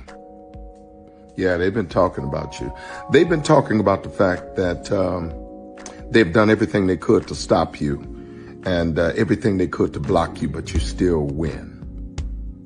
They've been talking about the fact that they have undermined your success and they have tried to sabotage your seasons, but you keep winning. They've been talking about the fact that even though they don't like each other, they get together to try to kill you, but you keep winning. They've been talking about the fact that you were voted least likely to succeed, but like cream, you keep rising to the top. They've been talking about how they tried to burn your world down, but like the phoenix, you rose from the ashes. They've been talking about you. And you know what they say? Oh, she's just lucky. He's just lucky.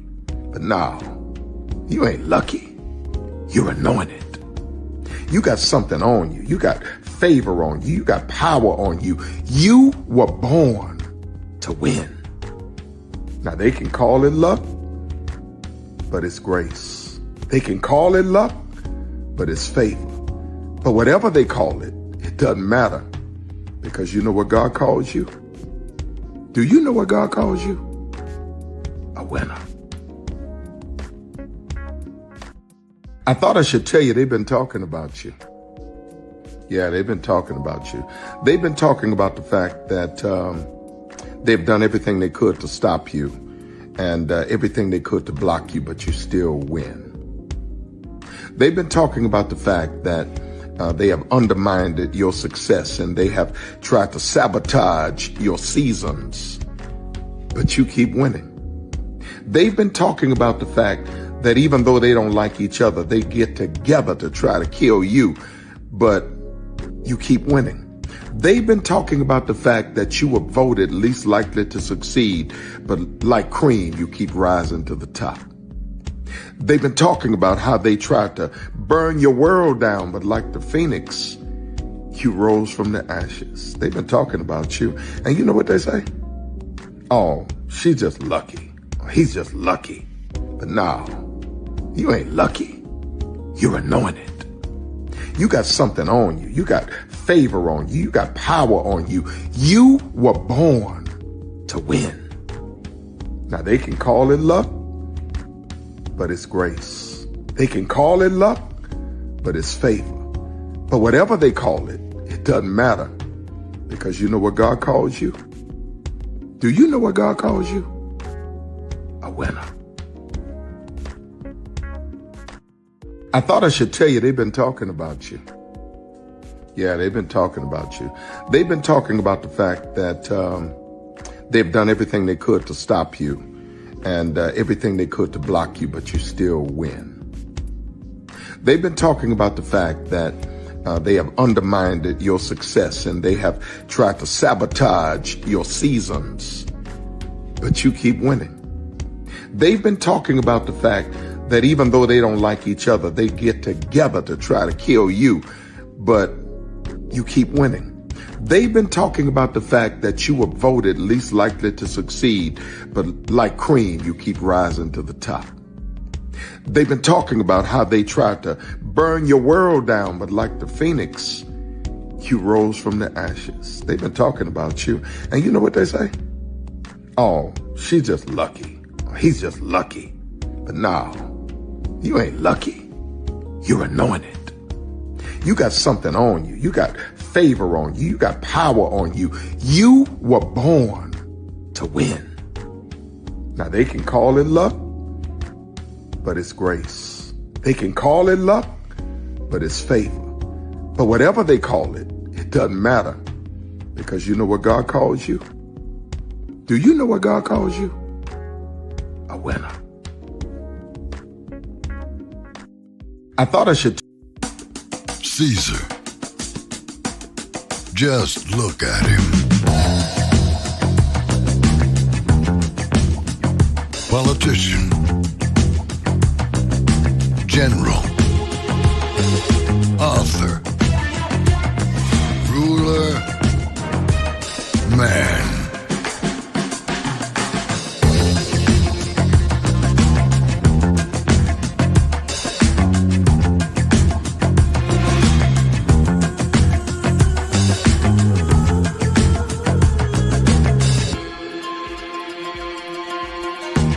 Legend has it, he's not only stared into the belly of the beast, he's had it for dinner. Here he's free to relax, or party, or relax, or party, or relax, and party. His is a world of opulence, excess, and the occasional impulse buy. Not one to rest on his laurels, he's famous for ushering in a new age of entertainment. So, for anyone seeking a place where the sun never sets on a good time, all this awaits. I am Caesar, and I approve this palace.